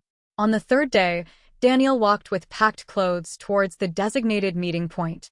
It was the break of dawn and very few people were on the streets. A group of 5 drunkards were slowly limping down the street after just exiting the bar they had spent all night in. After waiting for a few minutes, just as the group was about to pass, Viuda appeared in front of him. She had dropped down from the sky again unnoticed. On seeing such a stunning woman suddenly appear, the drunkards rubbed their eyes to check if they were dreaming before one of them said, "Hey sweetie, care to come home with me? I'll make it worth your while." He took out a bronze lawn from his pocket as he said so. With a disgusted expression on her face, Viuda thrust her arm at the group. As soon as she did so, the five were flung back into a wall, coming to a halt just before impacting with the hard surface and breaking all their bones. Still, they fainted from the sudden shifts in momentum. "Let's go," she said, taking off with Daniel as if the action of flinging 5 people back with just a hand movement and having such fine control of their momentum was something insignificant. Awed by the demonstration of power, Daniel chose to stay silent and admire the early morning chilly air. Viuda took him back the same place he had left from, the open area in front of the master's cottage. But this time, 20 or so kids similar to his age stood there shivering in the cold. As soon as he landed, all of the kids stared at Viuda, hoping that this beautiful woman would be their instructor. Instead, she gave them a brief smile before gliding away. All of the kids followed her with their eyes as they marveled at this amazing sight. As if on cue, the master's door opened and Felix came out, dressed similarly but in a black waistcoat this time. "Good morning, trainees. All of you have enrolled in the Fists of Justice training program. Although we have the least fee, we are also the strictest there is, with the lowest passing rate in all of the academies and training halls in the Kingdom of Lonthaner.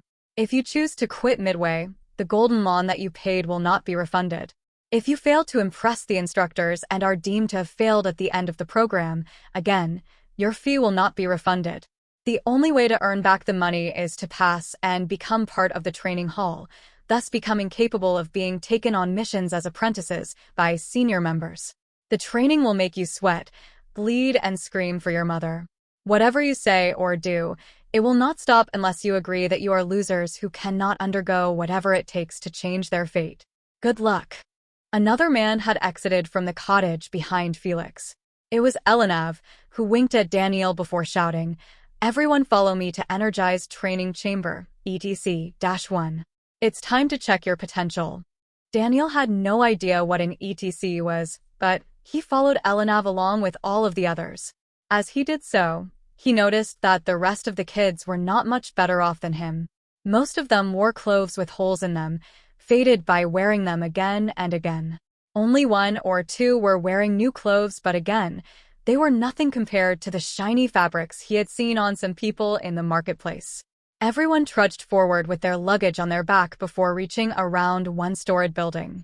The words ETC-1 were written on the building, and a shining silver stone in the shape of crystal with jagged edges poked out of the top of the building in the center.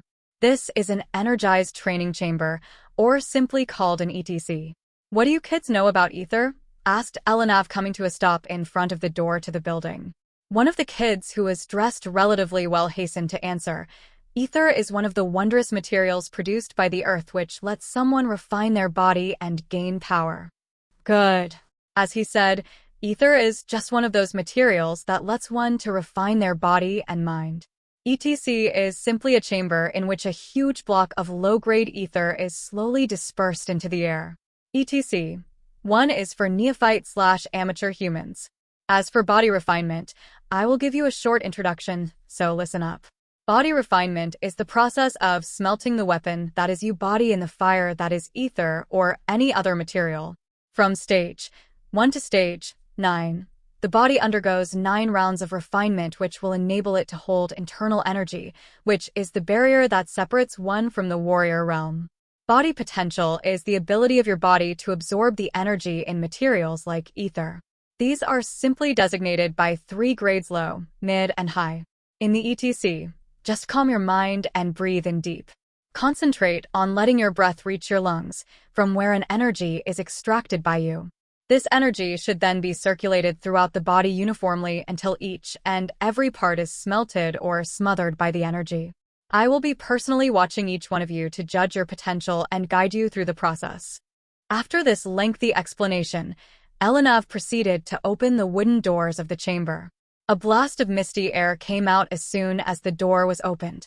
Daniel couldn't help but greedily breathe in, relishing in the incredible feeling felt by him with each breath. ****. Alternate absorption method detected with additional benefit of increasing potential of host's body and rate of absorption. Phenomena Analysis Module, PAM, -1 requires 90 days to output the method, provided that host continues training in the conventional method. Would you like to begin development? This was exactly what Daniel had been waiting for. Ever since he had bought the PM1 from the store, he had been waiting for the first prompt, which would mean that he would have a technique for himself for free just by observing someone. Only, he had never expected that it would be such an incredible technique, one that could increase his potential. Yes, he shouted in excitement. Development begun. 89 days, 23 hours, 59 minutes and 56 seconds until completion. With a broad smile on his face, Daniel proceeded inside with a spring in his step that hadn't been there before. As soon as everyone had walked in, they noticed that there were training mats placed all around the round room. The air was misty, almost like the atmosphere that one would see in a steam bath. Quietly, each of them sat down on a mat. Sit, lie down, stand, be however you want. Just be comfortable enough to forget your body and concentrate on your breath. Hearing this, some of the kids lay down on the mats, which were pretty big and soft to the touch. Daniel decided to sit in a meditating position. As soon as he did so, though, the system sounded again in his head. Complexity of development has cross-set parameters. All resources will be henceforth diverted to development. Host must note that the system will be unavailable for this period of time. Would you like to stop the development? Daniel was faced with a bit of a dilemma. He could either proceed with the development of the technique or stop it and have the system with him. Seeing Ellenav pass by checking on everyone, an idea struck him as he raised his hand, calling to him. "What's up, kid?" asked Ellenav, coming towards him. Standing up, Daniel asked the question that had been bothering him. Can body potential be improved in any way? Or is it decided from the moment of birth? Not expecting such an insightful question to come from a 12-year-old, Ellenav stared at Daniel a bit before answering. Maybe, but only in the rarest of absorption techniques. I cannot even give a definite answer, because there are only rumors that some techniques practiced by those in the inner city have this function, although it is said to cause horrible deformations and turn people into monsters. Seeing Daniel's wide-open eyes, he hastened to explain, "That's why these are rumors. I, for one, don't believe in them.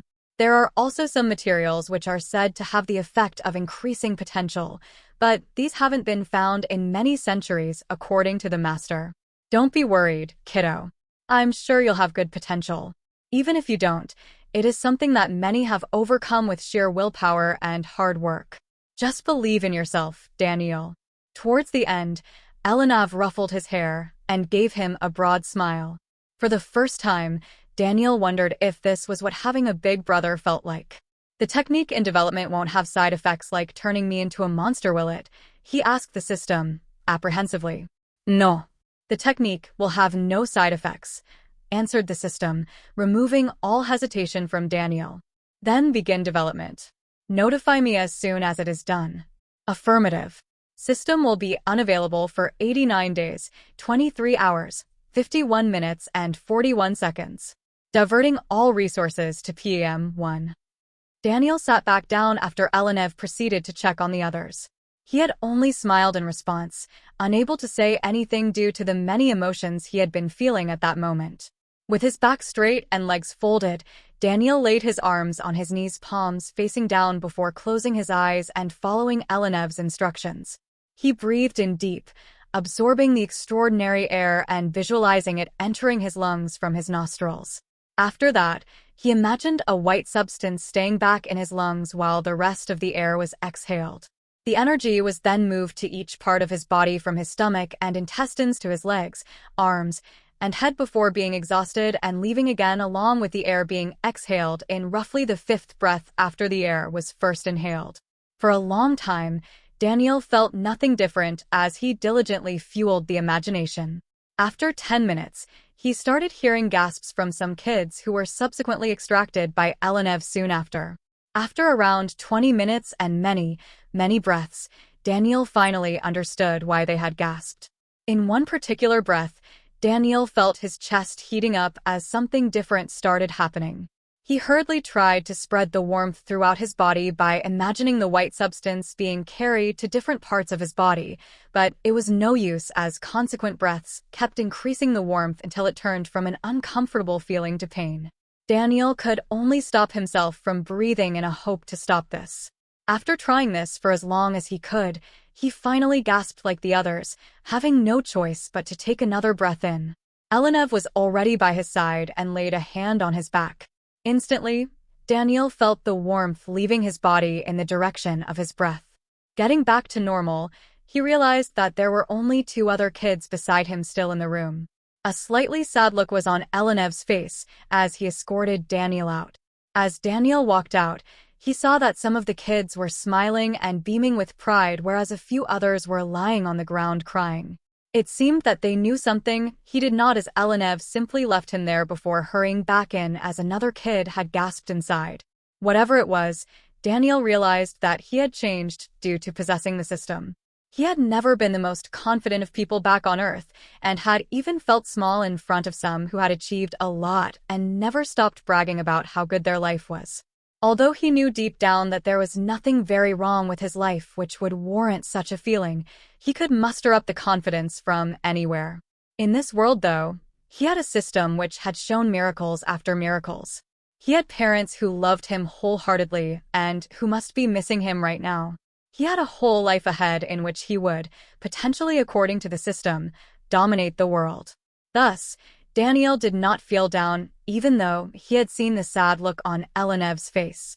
Even when 2 kids walked up to him with gloating expressions on their faces, he just smiled before waiting for them to speak. Talentless kid. Let us tell you, in case you didn't know, the earlier one comes out of the energized training chamber, the more potential their body has. My father told me this, as he went through this training himself. You are almost dead last. You better do my chores in the training if you don't want trouble to come your way from someone who's more talented than you, said one of the kids who had been dressed nicely. He was pudgy, with a small nose and forehead which almost made him look like a pig. His belly, which was already huge for a 12-year-old, protruded out as he shook his finger at Daniel, warning him. The image looked so funny to Daniel that he could not help but laugh. Did your father pass or fail the training? All the kids so far who had come last had only obeyed him in fair. Seeing this one laugh, the pudgy kid was bewildered before anger came on his face. But this was replaced by a little embarrassment as he heard the subsequent question. He failed. But what does that matter? I'll pass in his stead, said the boy, regaining his confidence. I thought so. Well, good luck. You don't want to faint during the training, though, as it is rumored that Master Felix loves eating fat young kids who faint in training for his breakfast. Daniel nonchalantly walked away after saying so, as if ignoring the sweat that had formed on the kid's forehead. After moving a bit farther away, he couldn't help but laugh again. That would teach the kid not to bully someone again. A few minutes, all of the kids were out of the chamber. Assembling everyone, Elenev said. I will be reading the names of those with high-grade bodies first before proceeding to mid- and low-grade ones. Split into 3 groups based on your grade. Saying so, Elenev read out the names of the rest of the kids. The pudgy kid's name was Epoch, and it turned out that he was in the group with the high-grade potential.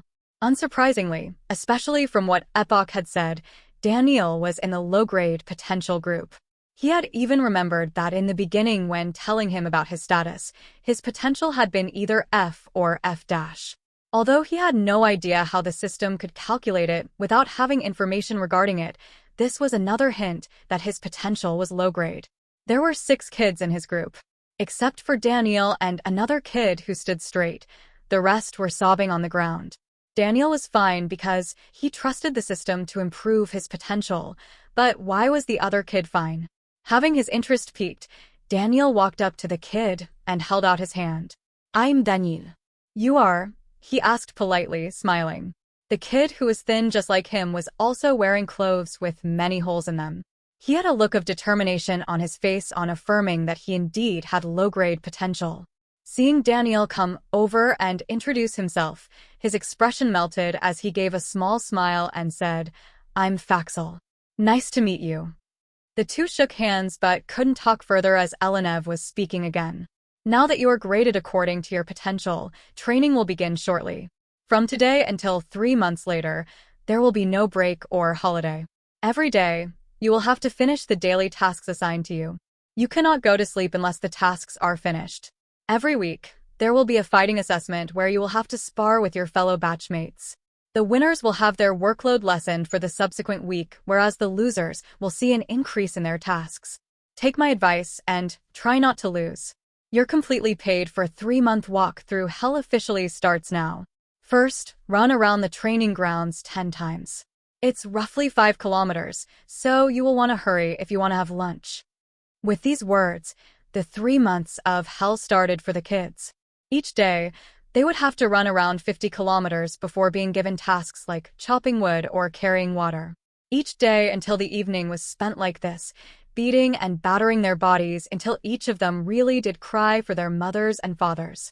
If it weren't for the period of time in the energized training chamber, etc., afterwards, mostly all of them would have given up.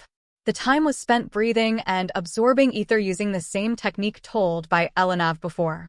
The difference was that the feeling of being overburdened by ether getting accumulated in their lungs did not occur again. This was because each day, they tired out the body by pushing it to its limit. The cells which were in a very fatigued state seemed to soak in the extracted substance much more easily. Thus, with each breath, whatever was left behind in the lungs effectively made its way throughout the body. The ETC was used in groups. The high-grade group had to spend the least time inside before being given some time to rest. The mid-grade group spent a little more time but still had some time to rest. The low-grade group, though, had no time to rest. They spent 2 hours inside, unlike the others who spent 30 minutes and 1 hour respectively. Right after, they had to rush to fight training. All of their training was overseen by Ellenav. In fight training, he taught them a basic set of martial arts which focused the most on stability. One had to first learn to stand on their feet and be able to dodge before even thinking of throwing a punch or kick, he said. There were poles 3 feet off the ground on which the kids had to balance. After an hour of this, in which falling meant a ton of pain accompanied by the others laughing as one climbed back up, they would be taught how to move their body to dodge, punch, or kick. These were the only 3 moves taught. Towards the end, a rubber figurine would be placed on which they would practice their skills. Daniel loved this part the most. He avidly listened to each and word said by the instructor and practiced on the rubber figurines longer than anyone else. The feeling of growing stronger day by day was so addictive that he woke up each day with a smile. Although the time in the ETC was rejuvenating, it still required a lot of focus and determination to be able to beat up their bodies day by day. Added to this was the pressure of sparring. Daniel had gone into the sparring competition with full confidence due to all the extra training he had done. Instead, he was mercilessly beaten into the ground by the pudgy kid who was quickly losing all of his fat. Daniel's technique had been excellent, and even Ellenav had complimented him that he was among the top in understanding the techniques taught and making them his own. He had even managed to dodge most of the kid's punches, but just one stray punch had landed in his stomach, blocking his flow. New to situations like these, it took time to get back the ability to dodge. The kid, though, did not give him that time and continuously rained down punches on him, making him admit defeat. There was no point in getting gravely injured in a spar, after all. Unlike fabled heroes who never knelt in defeat no matter what, Daniel knew that sometimes losing and taking a step back was the best thing to do. This ideology came from the combined experiences of both of his lives so far. In the end, he was 16th. The workload increased, but Daniel greeted it with open arms as a way to get stronger. Each time he felt like giving up, he remembered his father's face on the long days when they had nothing to eat. He remembered his mother's hands, which were so blistered from all the work that she had to be fed by his father. He remembered being powerless, unable to help them or himself. These feelings spurred him on. They made him shout and scream in defiance. They made him rebel against all the pain that tried to squash him into the ground. I shall not give up. Day by day, week by week, his strength and technique both increased by leaps and bounds. Towards the end of the 3 months, there was a noticeable change in Daniel. Most of the baby fat was gone to be replaced by tan lines of masculinity. His body had put on some muscle, and he was no longer the thin kid he had been before due to the hearty meals given by the training hall. It was the 90th day since the training had started. Finally, he heard the voice that he had been waiting for. Development complete. Oh. System has detected changes in host's body. Would you like the host's description to be refreshed? Yes, Daniel replied, excited to see quantitatively the gains he had made. Host status refreshing. Updated host status. Level, human, 0. Potential, F. Condition, hidden injuries detected. Level progression, 27%. EXP points, 20. Faction points, 1. Daniel couldn't help but be disappointed. All that hard work had only resulted in a 12% progression. He had gotten 15% from just a few missions. It seemed that the effects of having a low-grade body really were harsh. The same period of training would result in at least 4 times more progress in someone with a high-grade body as compared to one with a low-grade one. Thankfully, he had the system. He could simply complete missions to increase progression and even gain techniques by just looking. Perking up, he asked the system to give details about the technique that had taken so long to develop. System Absorption Technique 1. SAT 1 developed. New feature. Absorption technique deployment has been added to the system due to the confluence of all resources to develop the new technique. Body potential is decided by the pathways in the human body which allow and facilitate the transportation of energy to various body parts for smelting body refining. At birth, the size of these pathways is decided.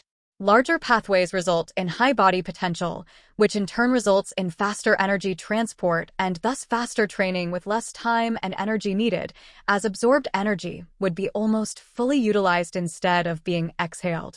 With smaller pathways, more time and energy is needed, as with each round of absorption, a lot of energy absorbed would be exhaled. SAT 1 allows the system to monitor and control the energy absorbed to affect not only the components of the body but also the pathways. These pathways are unable to be sensed by the human mind, hence are not targeted when body refining. Also, live monitoring by the system will result in more effective tempering of the body, as energy can be spread evenly after analyzing the level of tempering of each component of the body. This will additionally result in the hidden injuries detected slowly healing. Daniel felt his head reeling from the dump of information. After analyzing it all with repetitions, he understood that it was these pathways which decided potential. Now, with the help of the system, he could increase their size to increase his potential. Apprehensively, he voiced the question that he had been dreading to ask: what are the side effects? If increasing potential meant turning into a monster, then Daniel would really have a tough decision to make. Side effect: pain. These pathways are extremely sensitive and essential to life, hence there will be pain when energy is exposed to them. Host must know that these pathways decide and influence many things other than the transport of energy. Uneven application of energy to these unseen passages could result in deformations of the body and mind. But if the technique is deployed by the system, there is no chance of this occurring. Daniel heaved a sigh of relief hearing this. This meant that the rumors were probably true. Pain? Let it come, he thought. Pain was the one thing he had learned to ignore in these 3 months. Will future techniques also take this long? He asked next. This had been bothering all the time since the system had gone offline. If each and every technique took this much time, he wondered what the difference would be between him and anyone else, as the system would be offline most of the time. With upgrades to the system, all functions and tools shall perform better. There is also a feature called background installation, which can be unlocked at a later stage to avoid such circumstances. System assures host that with EXP, anything can be solved. Of course, it was all about EXP. He had guessed as much. There was one last question which had occurred to him after analyzing the system's explanation about SAT. If people with smaller pathways only exhale away unused energy, then why is it that they need more energy along with time to progress? Wouldn't it only be time, as the net total of energy would be the same? Replying to host. On being absorbed and traveling in the human body, some modification occurs in the absorbed energy. This renders it unable to be absorbed again. This altered energy is absorbed back into the earth. Now it all made sense. Daniel had seen this loophole and hadn't hesitated to ask, wondering whether he had understood wrong or the system had explained wrong. Back on Earth, humans plundered resources from the planet without regard. This resulted in damage to the planet. Here, it seemed to be a mechanism to counteract the resources taken by humans. Humans extracted ether and other materials from the Earth and absorbed energy. In this process, at least some of that energy would go back to the Earth. He suspected that even the energy absorbed by humans when training went back to the Earth in a similar way after death. There were only 6 days left until the final test. Elinav had told him secretly that the top 3 would get certain gifts and privileges from the training hall. It was time to test out the technique and see how much stronger he could grow. He really wished that it would be enough to beat the first-ranked not-so-pudgy-now kid's arrogant face into the ground. 1 week later. Since the past 1 week, the staff in charge of the energized training chambers were in a pickle. The staff were in charge of analyzing the amount of ether consumption in each chamber and finding out reasons for any irregularities. Once, one of the Earth mages in training had secretly made a hole from one of the chambers to their room. This resulted in a drastic decrease of ether from an external source. It had taken a week in which the staff had repeatedly had their wages cut due to not finding out the source. This was because this analysis was also a training for the staff. The job of ETC management was a very lucrative one in the outside world. Many families and training halls always had a shortage of skilled personnel who could account for and manage the consumption of the precious ether. Since the start of the week, ether consumption of the whole chamber had increased by 5%. Although this seemed like little, it must be noted that almost 100 people used the chamber daily. This in itself consumed a large amount of ether. A 5% cumulative increase on top of that was actually a very large dent in the finances of the training hall. Today was the day of the trainee competitions. Wanting to take his mind off the pressing problems of ETC management, Jack had decided to spectate them. Reaching just before the matches started, he asked his friend Mark who the ones to watch out were. The one in favor of winning is that kid with the sunken face who looks like he has lost a lot of fat in a short time. Someone was saying that he was already near the human, 1 stage. The benefits of a high-grade body are truly something to be jealous of, he said, sighing wistfully. People like Jack and Mark were usually people with very low-grade bodies who had to get into side jobs like these due to having no other option. At least this job had the potential of one day becoming lucrative and respectable, unlike typical ones like becoming a merchant's assistant. A few feet away, Jack spied a thin but lean kid who was looking at the first kid with a glint in his eyes. Intrigued, he asked Mark who that was. "Oh, that's a kid called Daniel. He also has a low-grade body like ours, but is now 6th and almost on par with those with high-grade bodies due to sheer will and effort. There is no chance of him beating the top 5, but he's being talked about around the training hall. It seems that he puts in the most effort out of everyone in the class, training even after everyone fell asleep." "Oh, that's too bad," said Jack. He knew personally how hard it was for someone with a low-grade body to rise in the world. His own brother had joined the army with a low-grade body. He had been worked to the bone each day, claiming that it was important for him to have more of a workload on account of his potential. Eventually, he was almost driven mad by it and had to take a voluntary exit. The matches soon started with cheers from the crowd which had gathered. Water Mage Banner was the referee, as he had the least violent way to separate 2 trainees.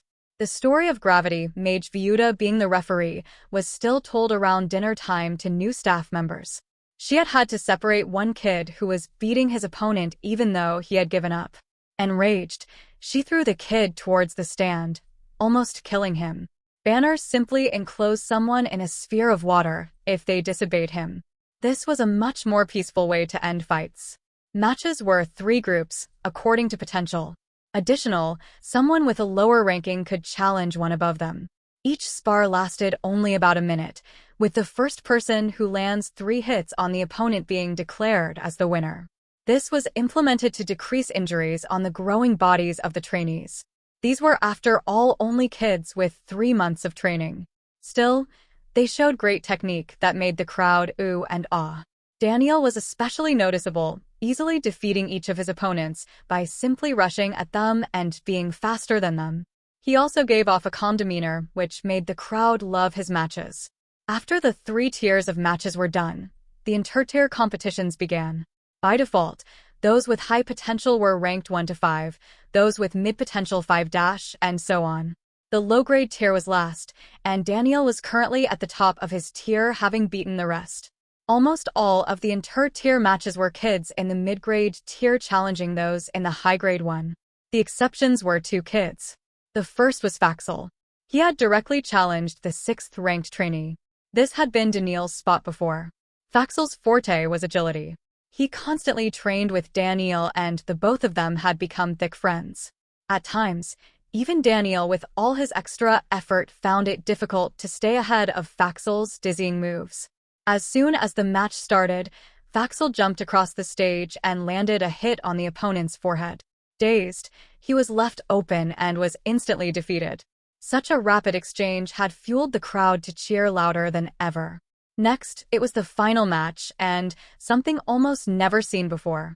A trainee with low-grade potential was challenging the trainee ranked 1st overall. Getting onto the stage, the past week flashed by in Daniel's mind. It had started with the ETC. All he had had to do was sit down and let the system take over. Ether-rich environment detected. SAT-1 automatically deployed. Please communicate if the host does not wish for this to happen. Daniel had heard this prompt as soon as he had entered the chamber. As this was something that would happen anyway, he hadn't said anything. Only a second later, he felt a prickling sensation around his body. Hurrying to his seat, he had sat down in meditation to see what it was. After being seated, the prickling sensation instantly turned into a full-on stabbing sensation. It felt as if countless people were standing around him, holding knives and avidly plunging them into his body again and again. Sweat beaded around his body as he tried hard to resist the pain. At the point when he had almost given up and was going to command the system to stop, the pain started receding. It had only been 3 minutes since the start of absorption. Daniel felt as if it had been many lifetimes since the moment he had sat down on the mat. The pain receded to a level where it was manageable.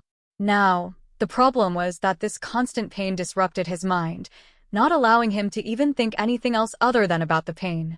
Daniel got through the first session in this way. Later came the sparring session, which brought some surprises. Ding. Pam. 1 can now be used to develop the technique's combat technique. 1. Time needed, 24 hours. Would you like to proceed with the development? Daniel had been half hoping for this. Yes. But will the system need to be off again? And why is it only 24 hours? He asked, unable to stop himself. System informs host that resource diversion is unnecessary. Host has spent a long time on these techniques, which has resulted in the development of the techniques being easier due to the muscle memory that has resulted from host's hard work. System congratulates host for working hard and becoming proficient in the rudimentary techniques taught. These will be the foundation for the advanced CT-1 that will be developed. The hard work had, after all, not gone to waste. Daniel had had the thought that maybe he shouldn't work so hard because he could get a better technique from the system anyway. This had made him remember the orphanage's old lady's words, "Hard work never goes to waste." Trusting both himself and the warm memory of the kind old lady, he had plowed on. Now, it was time to reap the benefits. A day later, CT-1 was finished. CT-1 development completed. At night, Daniel snuck into the woods to test out his new technique. Thinking that maybe the system would take over his body again like it had during the deployment of SAT-1, he had ordered CT-1 to deploy and waited with his body limp. CT-1 deployed. A white figure materialized in front of him as these words faded. Half scared that it was a ghost, Daniel stood still, petrified. The figure rushed forward and assaulted Daniel, punching his stomach. No! This scream sent the birds in the trees flying. Feeling nothing, Daniel opened his eyes to see that the figure's fist was inside his stomach. The timely prompt from the system saved him from getting even more scared. System informs host that the white figure is the materialization of CT-1. It is an illusion made by the deployment which shall fight with the host to develop intuition and better technique. There are two types of training. 1. Mimic training. This is when a set of basic stances or movements need to be learned. There is no mimic training in CT. One's host has already learned perfectly the 3 basic movements taught. 2. Combat training. An illusion is formed which combats the host to increase skill. Sighing with relief, Daniel chuckled at himself. From that day started Daniel's midnight excursions in the forest near the trainee camps. Each night, he would fight the figure which seemed to have an endless variation of kicks and punches from all kinds of directions. Facing such pressure every day, Daniel's fighting skills improved by leaps and bounds. No longer would he have his flow disturbed by any factor. No longer would he be mystified by fast or erratic movements of trainees faster than him due to absorbing more ether. Dodging, kicking, or punching were fast approaching the realm where they would be indistinguishable from instinct. Finally, it was the day of the competition. In the morning, Daniel refreshed his stats and gasped in shock seeing them. Host status refreshing. Updated host status. Level, human, 0. Potential, F. Condition, hidden injuries detected. Level progression, 40%. EXP points, 20.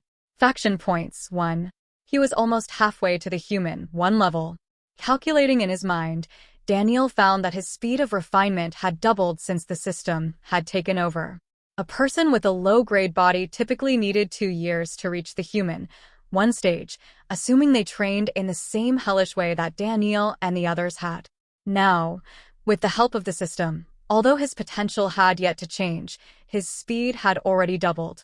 In essence, this meant that he was already on par with those with mid-grade bodies. Again, he was stunned by the sheer effectiveness of the system. The rest of the fights had gone by as usual. At the end, he had challenged the first place. As soon as the gong sounded, the kids sneered and said, "What arrogance. You trash with a low-grade body think you can challenge me and get away with it. I still haven't forgotten how you made fun of me on the first day. I don't care if Master Banner puts me in a water bubble. I'm gonna hit you till you cry for your mummy." Deigning these childish insults of a 12-year-old as too beneath him to reply, he motioned at the kid to bring it on. With rage on his face, the kid started running towards him. It seemed that it was true that he was close to the human, 1 level, as he was already twice as fast as Daniel. This meant that a punch from him would really hurt. Yet, Daniel wasn't worried, because he had the treasure of experience with him. The white figure was faster than this kid, although by not a very large margin. Thus, Daniel calmly waited for the kid to make his move. Sure that he was too fast for the opponent to even respond, the kid aimed a simple punch at Daniel's stomach to floor him with the first move.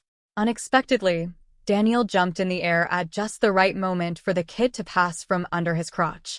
Suddenly not finding his opponent, the kid felt a foot on his back, which made him lose his balance. Landing on the floor, he hastily tried to get up.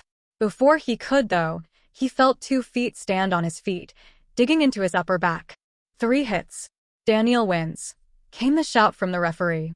The crowd erupted in cheers, with half of them both laughing and cheering at the same time. Daniel jumped off the back of the poor kid. Instead of anger, he now had tears in his eyes due to being laughed at. "You! Fight me again," he screamed before getting up and running at Daniel.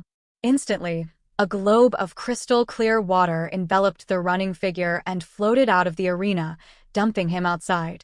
"Norimaches. If you lost, you lost," came the gruff voice of the training hallmaster as he came onto the stage. Cracking a broad smile, he lifted Daniel's hand in the air. While the crowd applauded at the entertaining performance, Felix spoke in a voice that only Daniel could hear. "Well done, kid. But we have to talk about exactly what ghost it is you are fighting with in the forest every night for the last week." Daniel's smile froze as he heard this. Soon, the awards ceremony began. Only the top 10 were indicted into the training hall full-time. The rest either had the option to stay on or leave. If they chose to stay, jobs would be assigned to them. Although the pay wasn't much, free classes in basic martial techniques were given and a little time in the ETC was also added. This was to entice them to stay. Any training hall needed numerous members of staff to take care of all the daily chores and responsibilities. Next came the award ceremony. Ranked third was the kid who had previously ranked second. He received a magical trinket shaped like a small sword. On squeezing it, it transformed into a small knife, which was actually a full-size sword for the small kids. The others looked at him with envy as he went off the stage and started enlarging and shrinking it again and again. Ranked second was the drenched kid. This water prison technique really is very useful, he thought. Getting an idea, he asked the system, can I get this technique? Technique's complexity far exceeds what PM1 can currently handle. Also, the minimum amount of data hasn't been collected for development to be considered. These two parameters need to be met to obtain the option to develop a technique. System advises host to gain EXP and upgrade both the system and PM1. Damn, EXP again.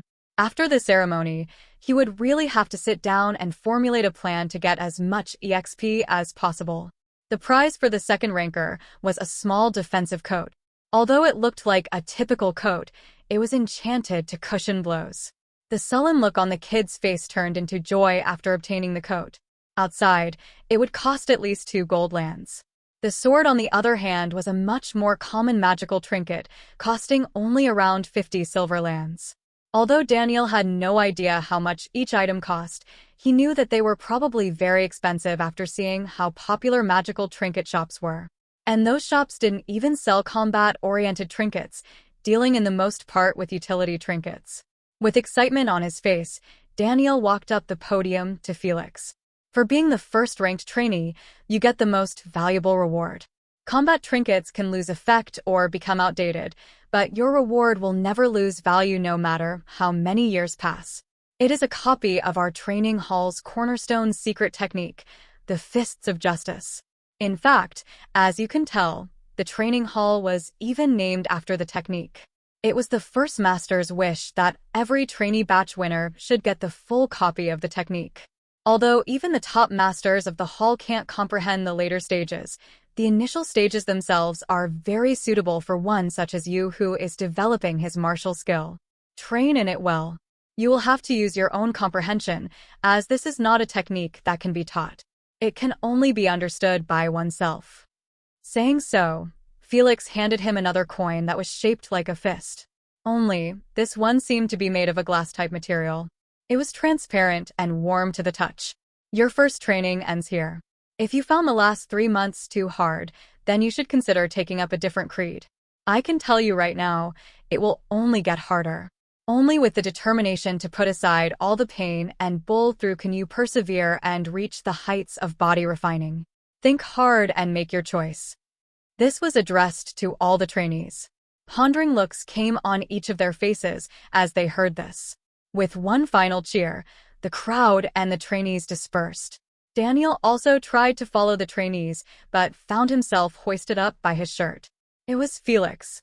Without a word, he was taken to the master's cottage before being set down in a chair. So tell me, kid, what are you doing each night in the forest? Don't even try to say that it's shadow boxing. I've observed you myself, and the variation in moves is too much. It is as if you are actually fighting someone, only no one can see who that someone is. Daniel flinched in his seat. There was some good news, though. At least no one had seen the white figure. And Felix had observed him personally. He really had been careless in choosing a training place. Daniel vowed to himself to find more secluded locations in the future. As he looked into Felix's eyes, he felt a pressure bearing down on his shoulders. It felt as though he would be crushed if he even tried to lie. Daniel chose to tell a story as close to the truth as possible. He had come up with this after thinking long and hard along the way. I imagine a white figure fighting with me. When I concentrate hard enough, something materializes in front of me and fights with me. I really thought it was something everyone could do, he said.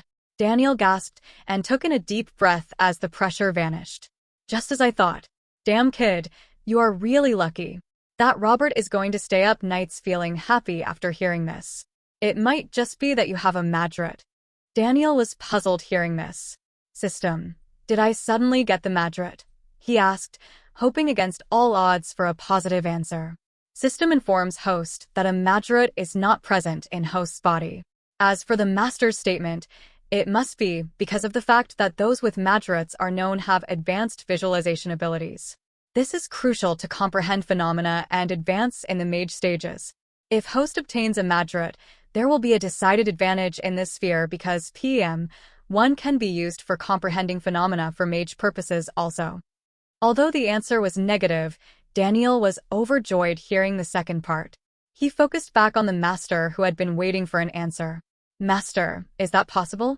How do I test if I have one? He asked, suddenly getting a look of excitement on his face.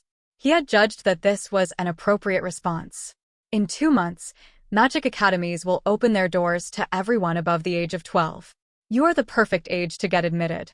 Due to mages being so rare, magic academies take in anyone who has a Majorite, regardless of their potential or comprehension abilities. There is even an option to get free tuition, but you will have to join the army for a certain time for that. I doubt that your father would agree to that. The best academy in the kingdom is of course the NMEL, or the National Magic Academy of Lonthenu. It is a 6-year course, but one can graduate early if they reach the required level. We will think of something for the first year, but you will have to get a part-time job to take care of your needs. The fee is 20 gold lands. I can probably scrounge it up in the next 2 months. The last part was almost muttered under Felix's breath as he drifted into his thoughts. Daniel felt warm in his heart hearing this. To think of giving that huge an amount of money for him, Robert and Felix must be really good friends. What are you looking at? Your father helped me when he was in the army without expecting anything in return. Now that I have a chance to repay him, I will. I would have happily paid for your family's food and expenses, but your damn dad is too headstrong to accept my help for matters like those. Haha, he has no option now, he said, eyeing Daniel staring at him. Daniel almost fell out of his seat hearing Felix laugh. It was practically no different from the roar of a lion. Run along, kid. Viuda is out on some chores. I'll have her drop you back home later. Congratulations on winning. Focus on the fists of justice. I'm not supposed to tell you this, but there's a secret technique hidden in the beginner's volume. The youngest to have comprehended it is that kid Elenav. Based on what he said, you must have seen it in front of the library. I hope you will be able to comprehend it much faster cause I'm sick of that kid boasting everywhere that he's the youngest to do so. Beating my record, he grumbled. Daniel nodded and ran out of the cottage. From conversations with his fellow trainees and Elenav, he knew that mages were some of the most highly respected individuals in the world. Capable of deciding the rise or doom of a nation, they were sought after by all nations and races. If he wanted to get justice for his father as soon as possible, he had to enter the academy in 2 months. It wasn't the first time he had heard of the NMAL. Students of NMAL were practically treated as princes around the kingdom. Touted as the background of the nation, they were given many privileges and powers, including a private villa for their family. It was any poor kid's dream to get admitted into the NMAL and leap through the proverbial gate to become a dragon from the carps that they were. As soon as he got to his tent, he sat down on his bed and asked, System, how do I get a Majorite? Replying to host, development of a technique to form a pseudo-Majorite from observed phenomena is possible but PM1 cannot handle the complexity. System requests host to obtain EXP and upgrade PM1. Required EXP, 500 points. Damn EXP again, screamed Daniel in his mind. How do I get EXP fast? He asked immediately. System reminds host that the name of the system is World Domination System. Any action that progresses toward the overall goal to dominate the world will generate high amounts of EXP. System suggests host to either form a faction, however small it is, or build the personal image of host.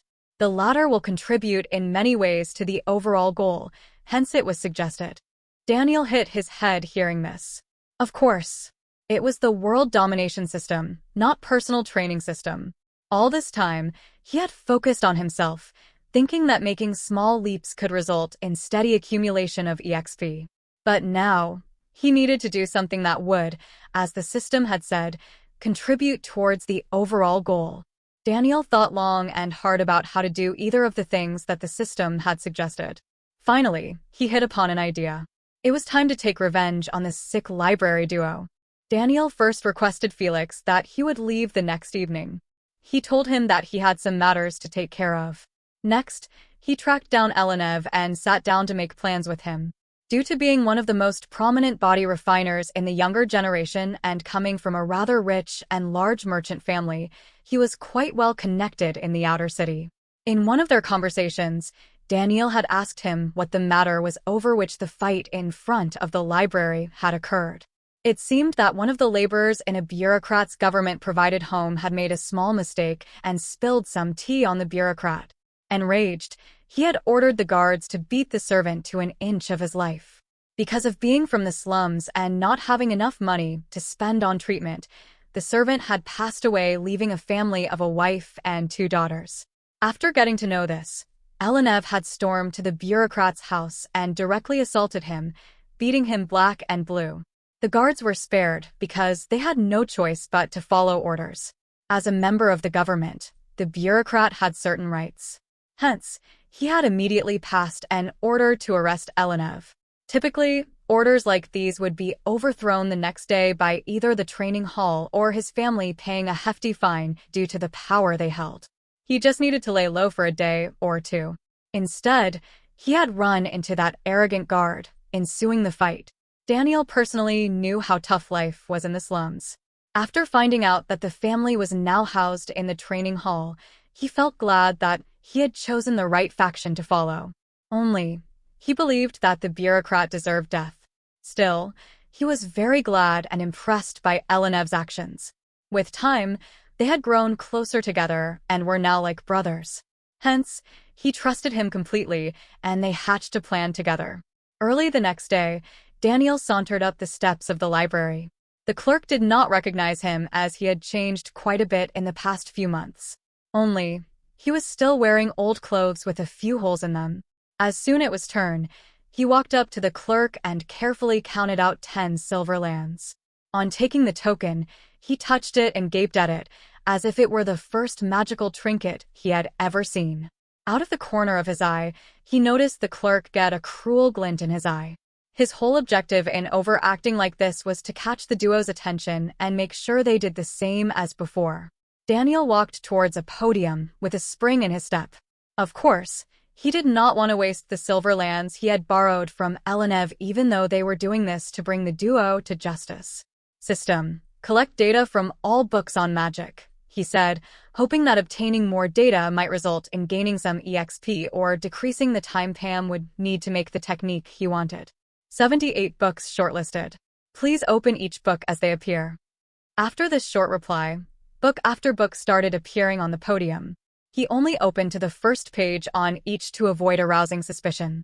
To anyone looking, the expression of crazed excitement gave off the impression that he really was only a green kid who had somehow scrounged up money to come inside and now wanted to see as many books as possible without having the ability or patience to read any of them completely. Although he elicited a few strange looks, the guard still hadn't come. Ding. Preliminary understanding of mage powers and abilities acquired. 30 EXP awarded. Feeling happy, Daniel started thinking what the next topic could be. His thoughts were interrupted when, just like before, he found himself in the air again. Kid, it's you again. I can never forget a face no matter how much it changes. And here I was thinking up a reason to throw you out.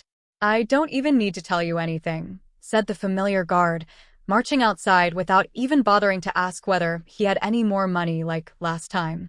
After another kick which sent Daniel almost head first into the ground, the guard and clerk smiled at each other and laughed. The rest of the people ignored what was happening and just carried on with their work. Daniel picked himself up and walked up to the duo with fury on his face. You can't do this. I inquired the last time I was thrown out, and I know that there is no good reason for you to throw me out. I'll report you to the government if you don't give back my money now, he screamed, making a small commotion and attracting a few people to see what was going on. The guard guffawed even more before saying, Try it, kid. You have no proof or backing. Right as he said this, Daniel couldn't help but get a small smile on his face. Seeing this, the guard immediately stopped laughing and bent to grab Daniel by the waist. Not expecting this sudden movement, Daniel did not have time to move. The guard was at least human, to level, and his speed was not something Daniel could dodge from, yet especially given the short distance between them. Before, he had rummaged through Daniel only casually to take out the silver coin. Now, he did a more thorough search and found a square coin tucked in his trouser, hidden. Video recording trinket. Nice try, kid. Do you think you are the first to think of this? He sneered, setting Daniel down and preparing to hit him again. The look of exaggerated panic and horror on Daniel's face made the clerk and guard smile even more while the crowd watched on. The audacity. A dignified voice halted the guard's hand in midair. In front of him walking up the stairs was a man who gave off waves of authority. He had golden hair and a weathered nose that looked like it had been broken many times. Clean-shaven, the man was wearing magnificent golden robes with AV emblem emblazoned on the front. "Your Excellency," shouted both the guard and the clerk with horror before kneeling down on the ground. This man was called the Righteous Hawk by those who knew of him. Rising up from the status of a common merchant to a minister who conferred with the king on a daily basis, his was a story still told by parents in the city to encourage their children. The plan that Daniel and Elenev had hatched was that they would catch the two red-handed. Only, a person of authority at the scene would lend the video recording credibility and also make the case move faster in the court. Elenev had only said that he would make sure someone with enough authority would be present. Daniel had never expected that it would be this man who was known throughout the slums to be kind and gracious. There were only 20 ministers in the whole kingdom. These men and women held power only second to the king. As the king's daily consultants and confidants, their word held immeasurable power. This library was built by the third king of Lonthenu so that all people, rich and poor alike, could avail the great gift that was knowledge. Although the present king has levied an entrance fee to bolster the kingdom's coffers, he still made it a point that everyone would be welcomed and treated warmly. "How can you have the gall to go against the direct word of the king?" he said, with words that echoed throughout the surroundings. The watching crowd started muttering seeing the scene. Although many had long seen and lamented at the deplorable actions of the duo, they had never raised their voice to oppose them due to not having enough power. Seeing them finally get their due, a content feeling appeared in many people's hearts. A dripping sound was heard as liquid oozed down onto the ground from the clerk's trousers. He had peed his pants. Amid laughter in the crowd, the guard pleaded, "Your Excellency, forgive us. Please spare us so that we can rectify and reflect on our mistakes." His voice shook as he knew that his life was done. All he could hope for was that this man would show some mercy and let him live. If it had been some other minister, it would not have been a surprise for his execution date to be set already. "I have recorded this incident in my personal trinket too. As soon as I get back to the palace, I shall order an expedited inquiry into your actions. You shall be punished by the court's decree. Now, get out of my sight. Don't even think of running. The mage in charge of my security has already placed tracking marks on you too." Saying so, he turned around to see Daniel, who had a triumphant smile on his face. Their plan had worked. "Well done, young man. By bringing this grave injustice to light, you have rendered service to great kingdom of Lonthenu. By my power as minister to the king, I hereby decree you to be a prime citizen of the kingdom. Come by tomorrow to the palace to collect your rewards," he said, smiling wide and giving Daniel an appreciative look. The crowd, which had by now swollen to a size of at least 500 in the expansive library front ground, started clapping hearing what the minister had said. Someone in the back shouted, "Prime Citizen Daniel, thank you." This prompted more shouts from many in the crowds, before resulting in a full-blown chant of his name. Daniel just couldn't stop smiling. He realized that this feeling of being appreciated and cheered was something he had been looking for all his life without even knowing that he was looking for anything. It was the passion that every man had. It was what set his blood boiling and made him feel alive while accomplishing. It was what he would be willing to give up his life to achieve. The 2 lifetimes had resulted in Daniel becoming this person who at this moment realized what his true passion was. It was to bring punishment to the wicked and justice to the downtrodden. As if to commemorate this occasion, The system rang amid the cheers and chants. Asterisk ding asterisk. Mission, take revenge on the library's constable and clerk. Success. 30 EXP awarded. Additional award. Achievements subsystem unlocked. Description. The achievements subsystem tracks and records the glorious or memorable moments in the host's journey towards becoming a world dominator. Achievements reward generous amounts of EXP. Achievement. People's Savior. 1 obtained. People's Savior. 1. By exposing the vile acts of the duo of the guard and clerk in the town library of Lonthene, you have received praise from the people. Some people will remember your name and tell your deed to others, beginning the story of your saga. Congratulations for taking the first steps towards becoming a world dominator. 500 EXP awarded. Achievement. First World Domination Achievement obtained. First World Domination Achievement obtained. Congratulations on unlocking the achievement subsystem and obtaining your first achievement. 500 EXP awarded. Total EXP. 1050. Daniel felt as if someone had hit him on his head. He couldn't think or even comprehend what was going on. He had to ask the system thrice to confirm that what he had heard was true. This was a major windfall indeed. The crowd finally parted after a little bit of time. After they had done so, the minister turned toward Daniel and said, "I know what happened to your father. The present king has too much of a soft spot for his immediate family, and I simply do not have the power to oppose him directly. I have tried many times to offer your family monetary help, but your father never agreed because he knows that there is always someone watching. I remember that his friends who sent him food or tried to employ him or your mother were almost beaten to death. Alas, I couldn't stop it.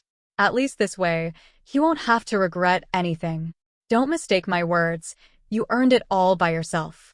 My son told me you were a good kid, and I believe him now." "Dad, you didn't believe me before," came the voice from behind as Elenev walked up the steps toward them. Patting Daniel on the shoulder, he said, "Well done. Excellent planning and execution. You might just have talent for the government. My old man wishes I did, but I'm only interested in getting stronger." Daniel was shocked, to say the least. This man was actually Elenev's father. He couldn't be blamed for not even thinking of the possibility, though. Elenev had glossy black hair, while the minister's was a glorious gold. "Sai, I told you many times that the best way to get justice is to enter the government and climb up the ranks. If only you listened to me. Anyway, let's not keep our young friend. Ponvek, could you please drop him off at his home?" he said into the air. A man in black robes with his face covered appeared out of thin air beside the minister. It was as if he had walked through an invisible door in midair. "Yes, Your Excellency," he said, kneeling, before turning toward Daniel and grabbing his hand. The two vanished instantly while the father and son continued arguing as if this were very normal. Daniel found himself in a dizzying space. Right as the man had grabbed him, he felt as if he had walked through a drizzle of cold rain. Only, he wasn't wet. They were standing in an endless space, with vivid colors swirling all around. Daniel looked down and wished he hadn't. They were standing in midair, and even under them was the void, terrifying in its endless depth. "Stay calm, kid. It's just an interim teleportation area. The young master said you might possibly have a Madrat. Do you want a short explanation about how they work?" he asked in a calm voice. Fighting hard to keep the contents of his stomach down, Daniel said, "Yes, please. Madrats are what let us mages have a connection with nature. Located in one's head, they are what let us establish the resonance required with nature in order to control it to do our bidding. What have you seen mages do so far?" he asked abruptly. "One made a prison of water. Another flew in the air and sent people flying with just a wave of her hand," Daniel answered. "Quite advanced applications of magic. Mages make such feats possible by using the energy stored inside their madrats to establish a connection and then resonate and coax the nature around them to do their bidding. Thus, a suitable environment can enhance a mage's power by a large degree. The more the complexity of the things you want to be done, the more the energy and comprehension of those things is required. Always remember this. It is easier to flow along the stream rather than against it. You will understand why when you start learning magic." One last thing, nature doesn't mean just the elements. You must have seen Viuda, that brat. She can make use of gravity magic. My specialty is space magic. When you advance in levels, you can get much more comfortable with the magic that you focus on, allowing you to cast spells in its domain with little effort. My space specialty lets me stay hidden at a location in a different dimension and also travel from one location to another in a set radius around me. It just so happens that this radius is the size of the capital of Lonthaner. Now tell me, where do you have to go? The slums, said Daniel. Right on. Close your eyes if you don't want to puke your guts out. Daniel complied. Again, he felt a sensation like he took a cold shower. Take care, kid. I'll be looking at your performance in the NML examinations. Daniel heard this voice in his ear, but when he opened his eyes, there was no one around him. Walking home, reflected on everything that had happened today. He had finally gained a windfall of EXP, and he had also experienced space magic. It set a light afire in him to pursue the path of the mage. System, upgrade PM 1 and begin development of the technique to make the pseudo-madrat, he said, with a stoic look in his face. He had just reached home, and his mother had opened the door to see who it was. Ham. 1 upgraded to PM 2. Remaining EXP 550. Development of pseudo-madrat technique begun. Estimated time till completion 48 hours. Hearing this made Daniel smile broadly. He leaped into his house, hugging his mother tight, feeling her warmth spread over him. As he sat down with his parents and started recounting everything that happened in training, the development of a technique that would change the world was underway. 2 days passed by in a flash. Daniel spent most of the day with his parents, enjoying their presence and the comfort of home. He still practiced CT1. The white figure was getting faster, but with no new variations in movements or techniques, it was becoming easy to dodge all of its hits. He had found a secluded forest near the slums where he made sure no one was watching before practicing.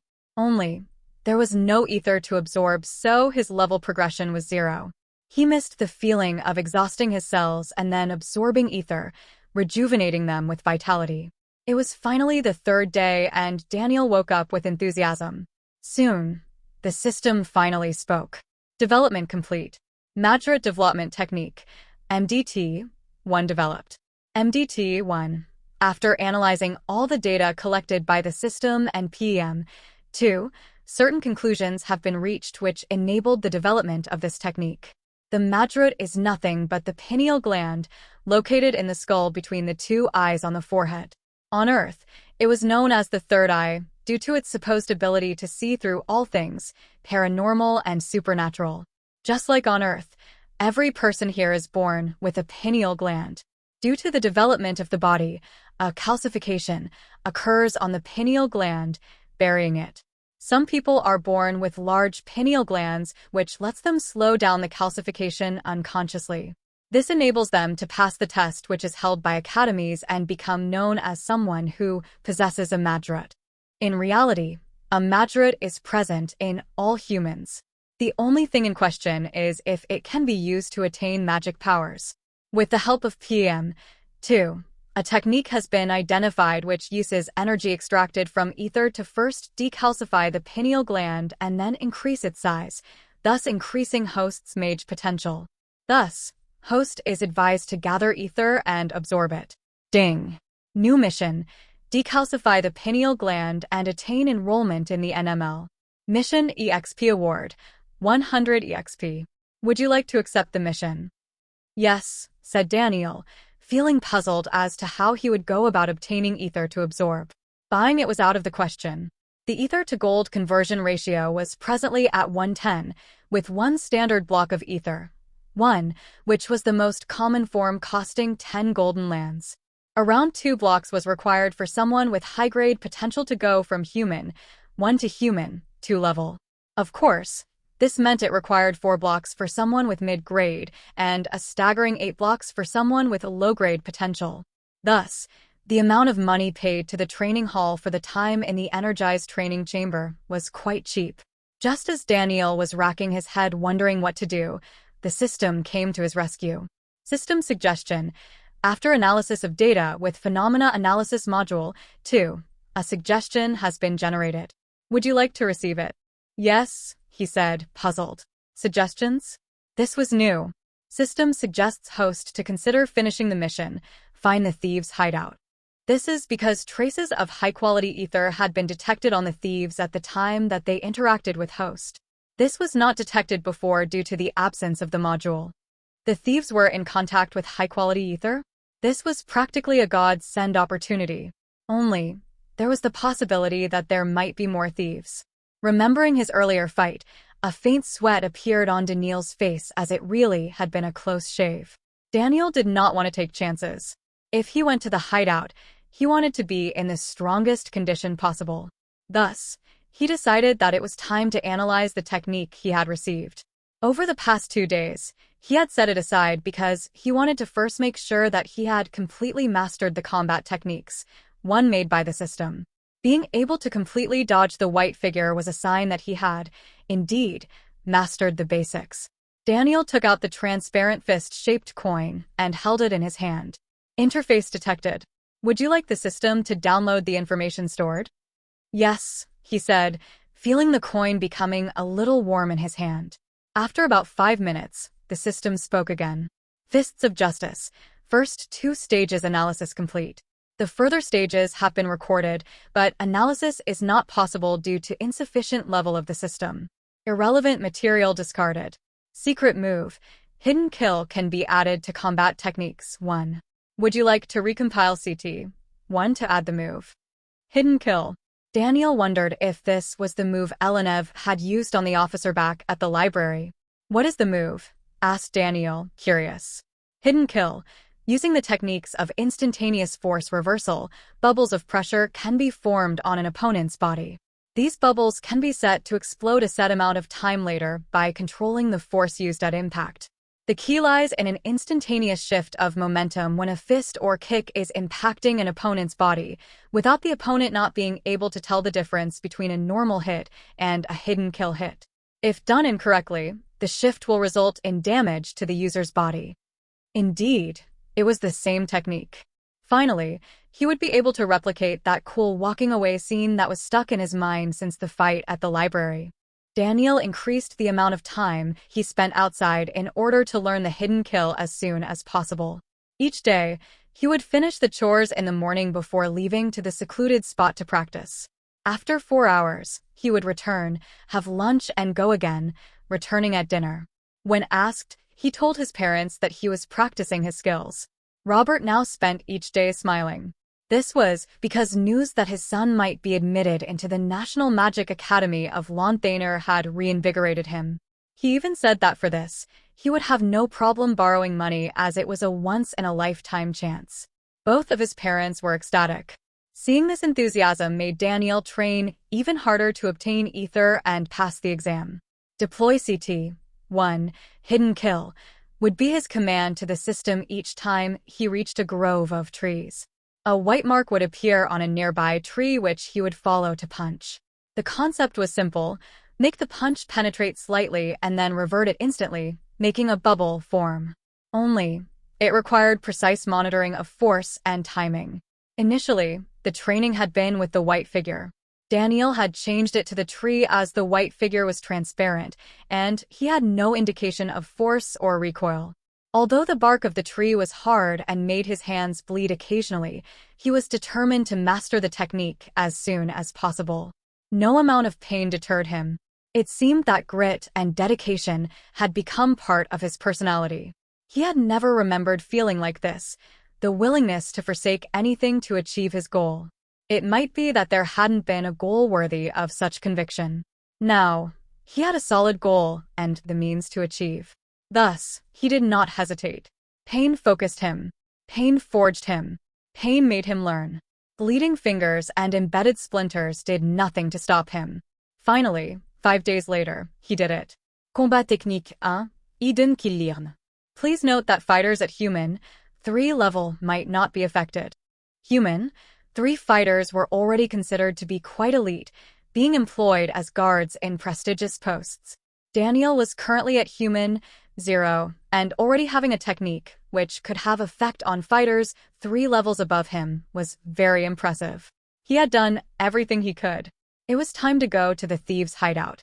He had considered asking Elenev to tag along, but considered this an opportunity to train himself and be exposed to actual combat. He still remembered falling due to not being able to even punch properly. Still, if he saw any high-level fighters at the hideout, he decided to retreat and ask for Elenev's help. Before he set off on the mission, Daniel visited the training hall and requested that his hands be healed. It was his first time going to the training hall on foot. As he did so, he realized that it actually occupied a huge piece of circular land. The entrance was a huge fist-shaped gate which opened on showing his ID coin. Daniel also borrowed a dagger from Elenev. He now considered him his big brother and just asked him for the knife, saying it was for self-defense in the slums. Although Elenev was puzzled why Daniel would require a dagger with his skill, he still relented to his little brother's request and gave him a level 0 combat trinket. Although Daniel asked for a normal one, Elenev insisted that he take this one. Being only level 0, it only had the function of enlargement. If not enlarged, the dagger was in the form a small dagger-shaped coin which he put in his pocket. Still, this trinket itself cost around 50 silver lands due to the high grade of the blade. His family could buy simple food for years with that money. Combat was truly an expensive job, especially for those who were poor. With his hands healed, it was finally time to raid the hideout. Following the map, Daniel arrived at the location. He was shocked to find that this was one of the most high-profile pubs in the outer city, the Dwarves' Room. Known for attracting clientele from even the inner city where nobility and the government lived, this pub was spoken about in whispers in the slums. It was illegal fights occurred here, where the rich could win or lose a fortune in a single night. In the morning, bodies of those who lost in the fighting arena would be deposited outside, to be carried away by the guards. The map had the words, Room 23, 5th floorboard from the right, written on the corner. Daniel now needed to get inside the pub and find that room. Only, he had no idea how to do so. He first positioned himself inside an empty alley and observed the building. Bouncers in black uniforms were at the front, equipped with shock combat trinkets, which could make a man faint in a second. There were 2 side entrances, but both had more guards stationed. As he wondered what to do, a rolling sound came from the road that led to the pub. It looked like a wheelbarrow from Earth, but instead of a cow in the front, there was a strange black box with wheels. On top of the box was a standard block of ether, 10 inches in length, 5 inches in width, and as thick as a finger.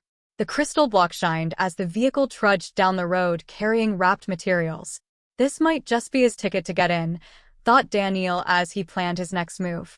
On a specific day each week, an ether vehicle would transport food materials to the Dwarves' Room. Catering to some of the richest clientele in the kingdom of Lonthaner, many foodstuffs were imported from neighboring kingdoms. Of course, many times the items being transported might not just be foodstuffs. Captives of war or strong fighters of different races were often tied up and sent to enthrall the spectators of the fighting arena. It was on this cart that Daniel snuck inside the arena. The cart was covered by a tent, with the rear open. As it passed, he had taken advantage of the sound from the cart and jumped inside. Rolling in, the sight which greeted him shocked him to the core. Inside was a square room, at least 40 feet in length and width. Numerous crates were placed all around. As Daniel looked closer, he noticed that many of them were actually cages made of a green material. This was definitely a room enlarged by using magic. It was a very high-level application of the same magic that let a small coin transform into a dagger or a sword. Daniel had only heard of it in rumors of tents that when entered that were actually palaces. Now, he was experiencing it himself. From outside, the cart and the tent barely looked like it measured 10 feet diagonally. Inside, it was at least 4 times larger. Standing up from he had rolled inside, Daniel walked to the entrance. He wanted to make sure he could leave as soon as the cart entered the premises of the pub. Only, there was an unseen barrier which blocked his way forward. Panicking, he tried punching it and kicking it to no avail. He was trapped inside. Space enchantment detected. Data collection in progress. Came the voice from the system, which was no use at all. Is there any way I can get out? He asked, frantic. Negative. Enchantment too complex to decipher exit route. Yes, he really was trapped. He knew that he might be captured and handed over to the government for trespassing, or, even worse, be directly killed because he had witnessed the rumored truth behind the transportation cart. Human trafficking was banned by law in the kingdom of Lonthaner. Those who were found to be engaging in it were directly executed. Dwarves with thick blocky bodies and long beards. Elves with pointy ears and fair skin. Even a giant who looked to be at least 9 foot tall. All of them were sleeping inside the cages, tied up. Daniel heard voices outside as the cart started to grind to a halt. Thinking fast, he quickly hurried into a nearby cage in which 2 men with red hair were tied up. The gates only had a simple padlock. The men wore white coverall robes that covered them from head to toe. They reminded him of priests from Earth. With no way to tie himself, he could only lie down beside them and hope he wouldn't arouse too much suspicion. Just as he was done, the tent flaps opened and 2 burly men walked in. With a paper in hand, they started surveying the contents of the cart. One man stood at the entrance looking around. After getting to his cage, the man said in a gruff voice, "Another unaccounted prisoner. And not even tied. They should at least tell us before adding M for free. Tie him up and inform the arena master. He seems to have some muscle on him, could be good to be a servant." The man at the door walked toward Daniel and tied him up without saying anything. Both his arms and legs were bound tight, with no room for movement. Although it hurt like hell when the ropes were tightened, Daniel stayed calm and did not make a sound. "All right, get M in," said the man as Daniel heard multiple footsteps and the sound of crates being moved. Although magic existed, it seemed that manual labor was still used in this world. Starved men lifted crates and cages, and carrying them out. Daniel could only peek from time to time. After a while, his cage was set down. Matches start in 2 hours. All of them were magically drugged to wake up at that exact time. "Let's get some drinks," said the first man again, to which there was, again, no response. Silence greeted Daniel as he carefully opened his eyes to check if the coast was clear. The cage was in a large room that seemed to be a warehouse of sorts. There were no windows and there was only one exit, a wooden door. Daniel struggled with the ropes. This was the time to get out and get to the hideout. But try as he may, he couldn't move his arms and legs even a tiny bit. Even worse, he started to lose feeling in them due to the blood flow being cut off. "Need help with those?" came a voice from beside him, as the ropes automatically unfurled before falling on the ground. Daniel immediately jumped up and held the coin in his hands, enlarging it into a dagger. He took the common stance of one who had no idea how to use a dagger, his hand outstretched in front of him, pointing the dagger at the 2 men who had stood up and were now massaging their hands, coaxing the blood to flow back in. "Relax. We helped you. We don't have any idea why you came here, but remember that you now have a debt with the priests of Rectitude. If you are ever in the glorious city of Saint Rectitude, come visit our church," said one of the men with the red hair. He had an air of confidence around him, as if it weren't him who had just been lying on the ground, tied up. Before Daniel could even speak, the 2 vanished in front of his eyes. A voice floated to his ears, as if from the void. "Find a way to get out before 2 hours pass from now. Things are going to get very messy and you don't want to be here when it happens." The system interrupted his thoughts as he was thinking who the hell these people were and if he had heard that name before. Space Channel technique ready for development. Requisite host level, Human Mage 4. Human Mage 4. Such a level was something that would let one command the wind and clouds in Lonthaner. Training as a mage was much more difficult than training as a fighter. Hence, the strongest fighter in the kingdom was the king, who had supposedly reached at least the level of Human 9. The king seldom fought outside, opting to let the commanders of the army fight in his stead in conflicts. Commanders needed to be at least the level of Human 8 to even be considered for the post.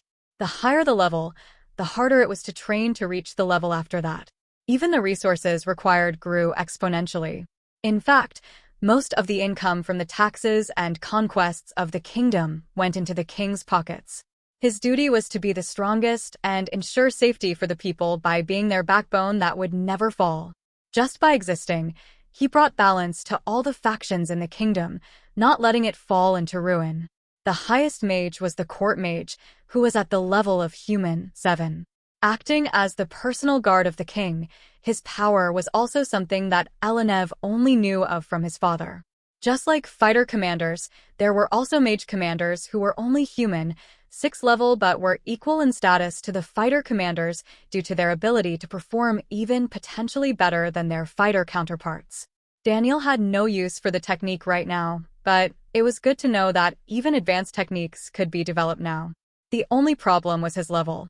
With the priests disappearing, he was left alone in the cell. Carefully opening the lock and sneaking out, Daniel found himself in a corridor with numbered rooms. It seemed that he was in on the ground floor, as the room numbers were all numbered from 1 to 10. Shiny wood floor and wood walls were everywhere, while Daniel searched for the staircase.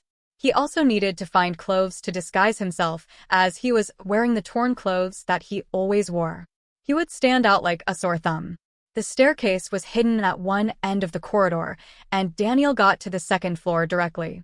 Moans, screams, or thumping sounds came from most of the rooms he passed. Daniel blushed, knowing what sound this was. Although he had lived 2 short lifetimes, he was still a virgin. Near room 21, he found a pile of clothes outside the room with the door ajar. Sharp moans and screams echoed throughout the corridor as the inhabitants of the room had probably been too occupied with something else to even bother to close the door. Taking the opportunity, he stripped and wore the clothes he found. Although they were very loose after he wore them, the clothes then automatically shrunk to fit him perfectly. It seemed that these were some of the most expensive garments on the market, those enchanted with the auto-fit, auto-temperature control, and at least 3 or 4 other enchantments. A crest with an L standing triumphant over a dead dragon was emblazoned on the front of the chrome blue coat. Seeing this, Daniel realized that these were actually the clothes of a member of the royal family. He almost took them off, but eventually decided not to, as it was better to take a chance and not be caught rather than wear his own clothes and be almost definitely caught. Slowly, he sneaked to room 23. It seemed to be locked. Daniel had been holding the coin dagger in his hand all this while. Now, he decided to put it in his pocket to take a closer look at the door. As he did so, he noticed that there was a square card in his pocket. Taking it out, he saw that there was the emblem of the pub on it, a drunk dwarf pushing a cup with yellow liquid in it toward the observer. Noticing that there was a square indentation on the door, Daniel put the card in to try his luck, although he thought that there was no chance it would work because one would only have the key card of their own room. Click. The door opened wide. The damn member of royalty had actually obtained a MasterCard.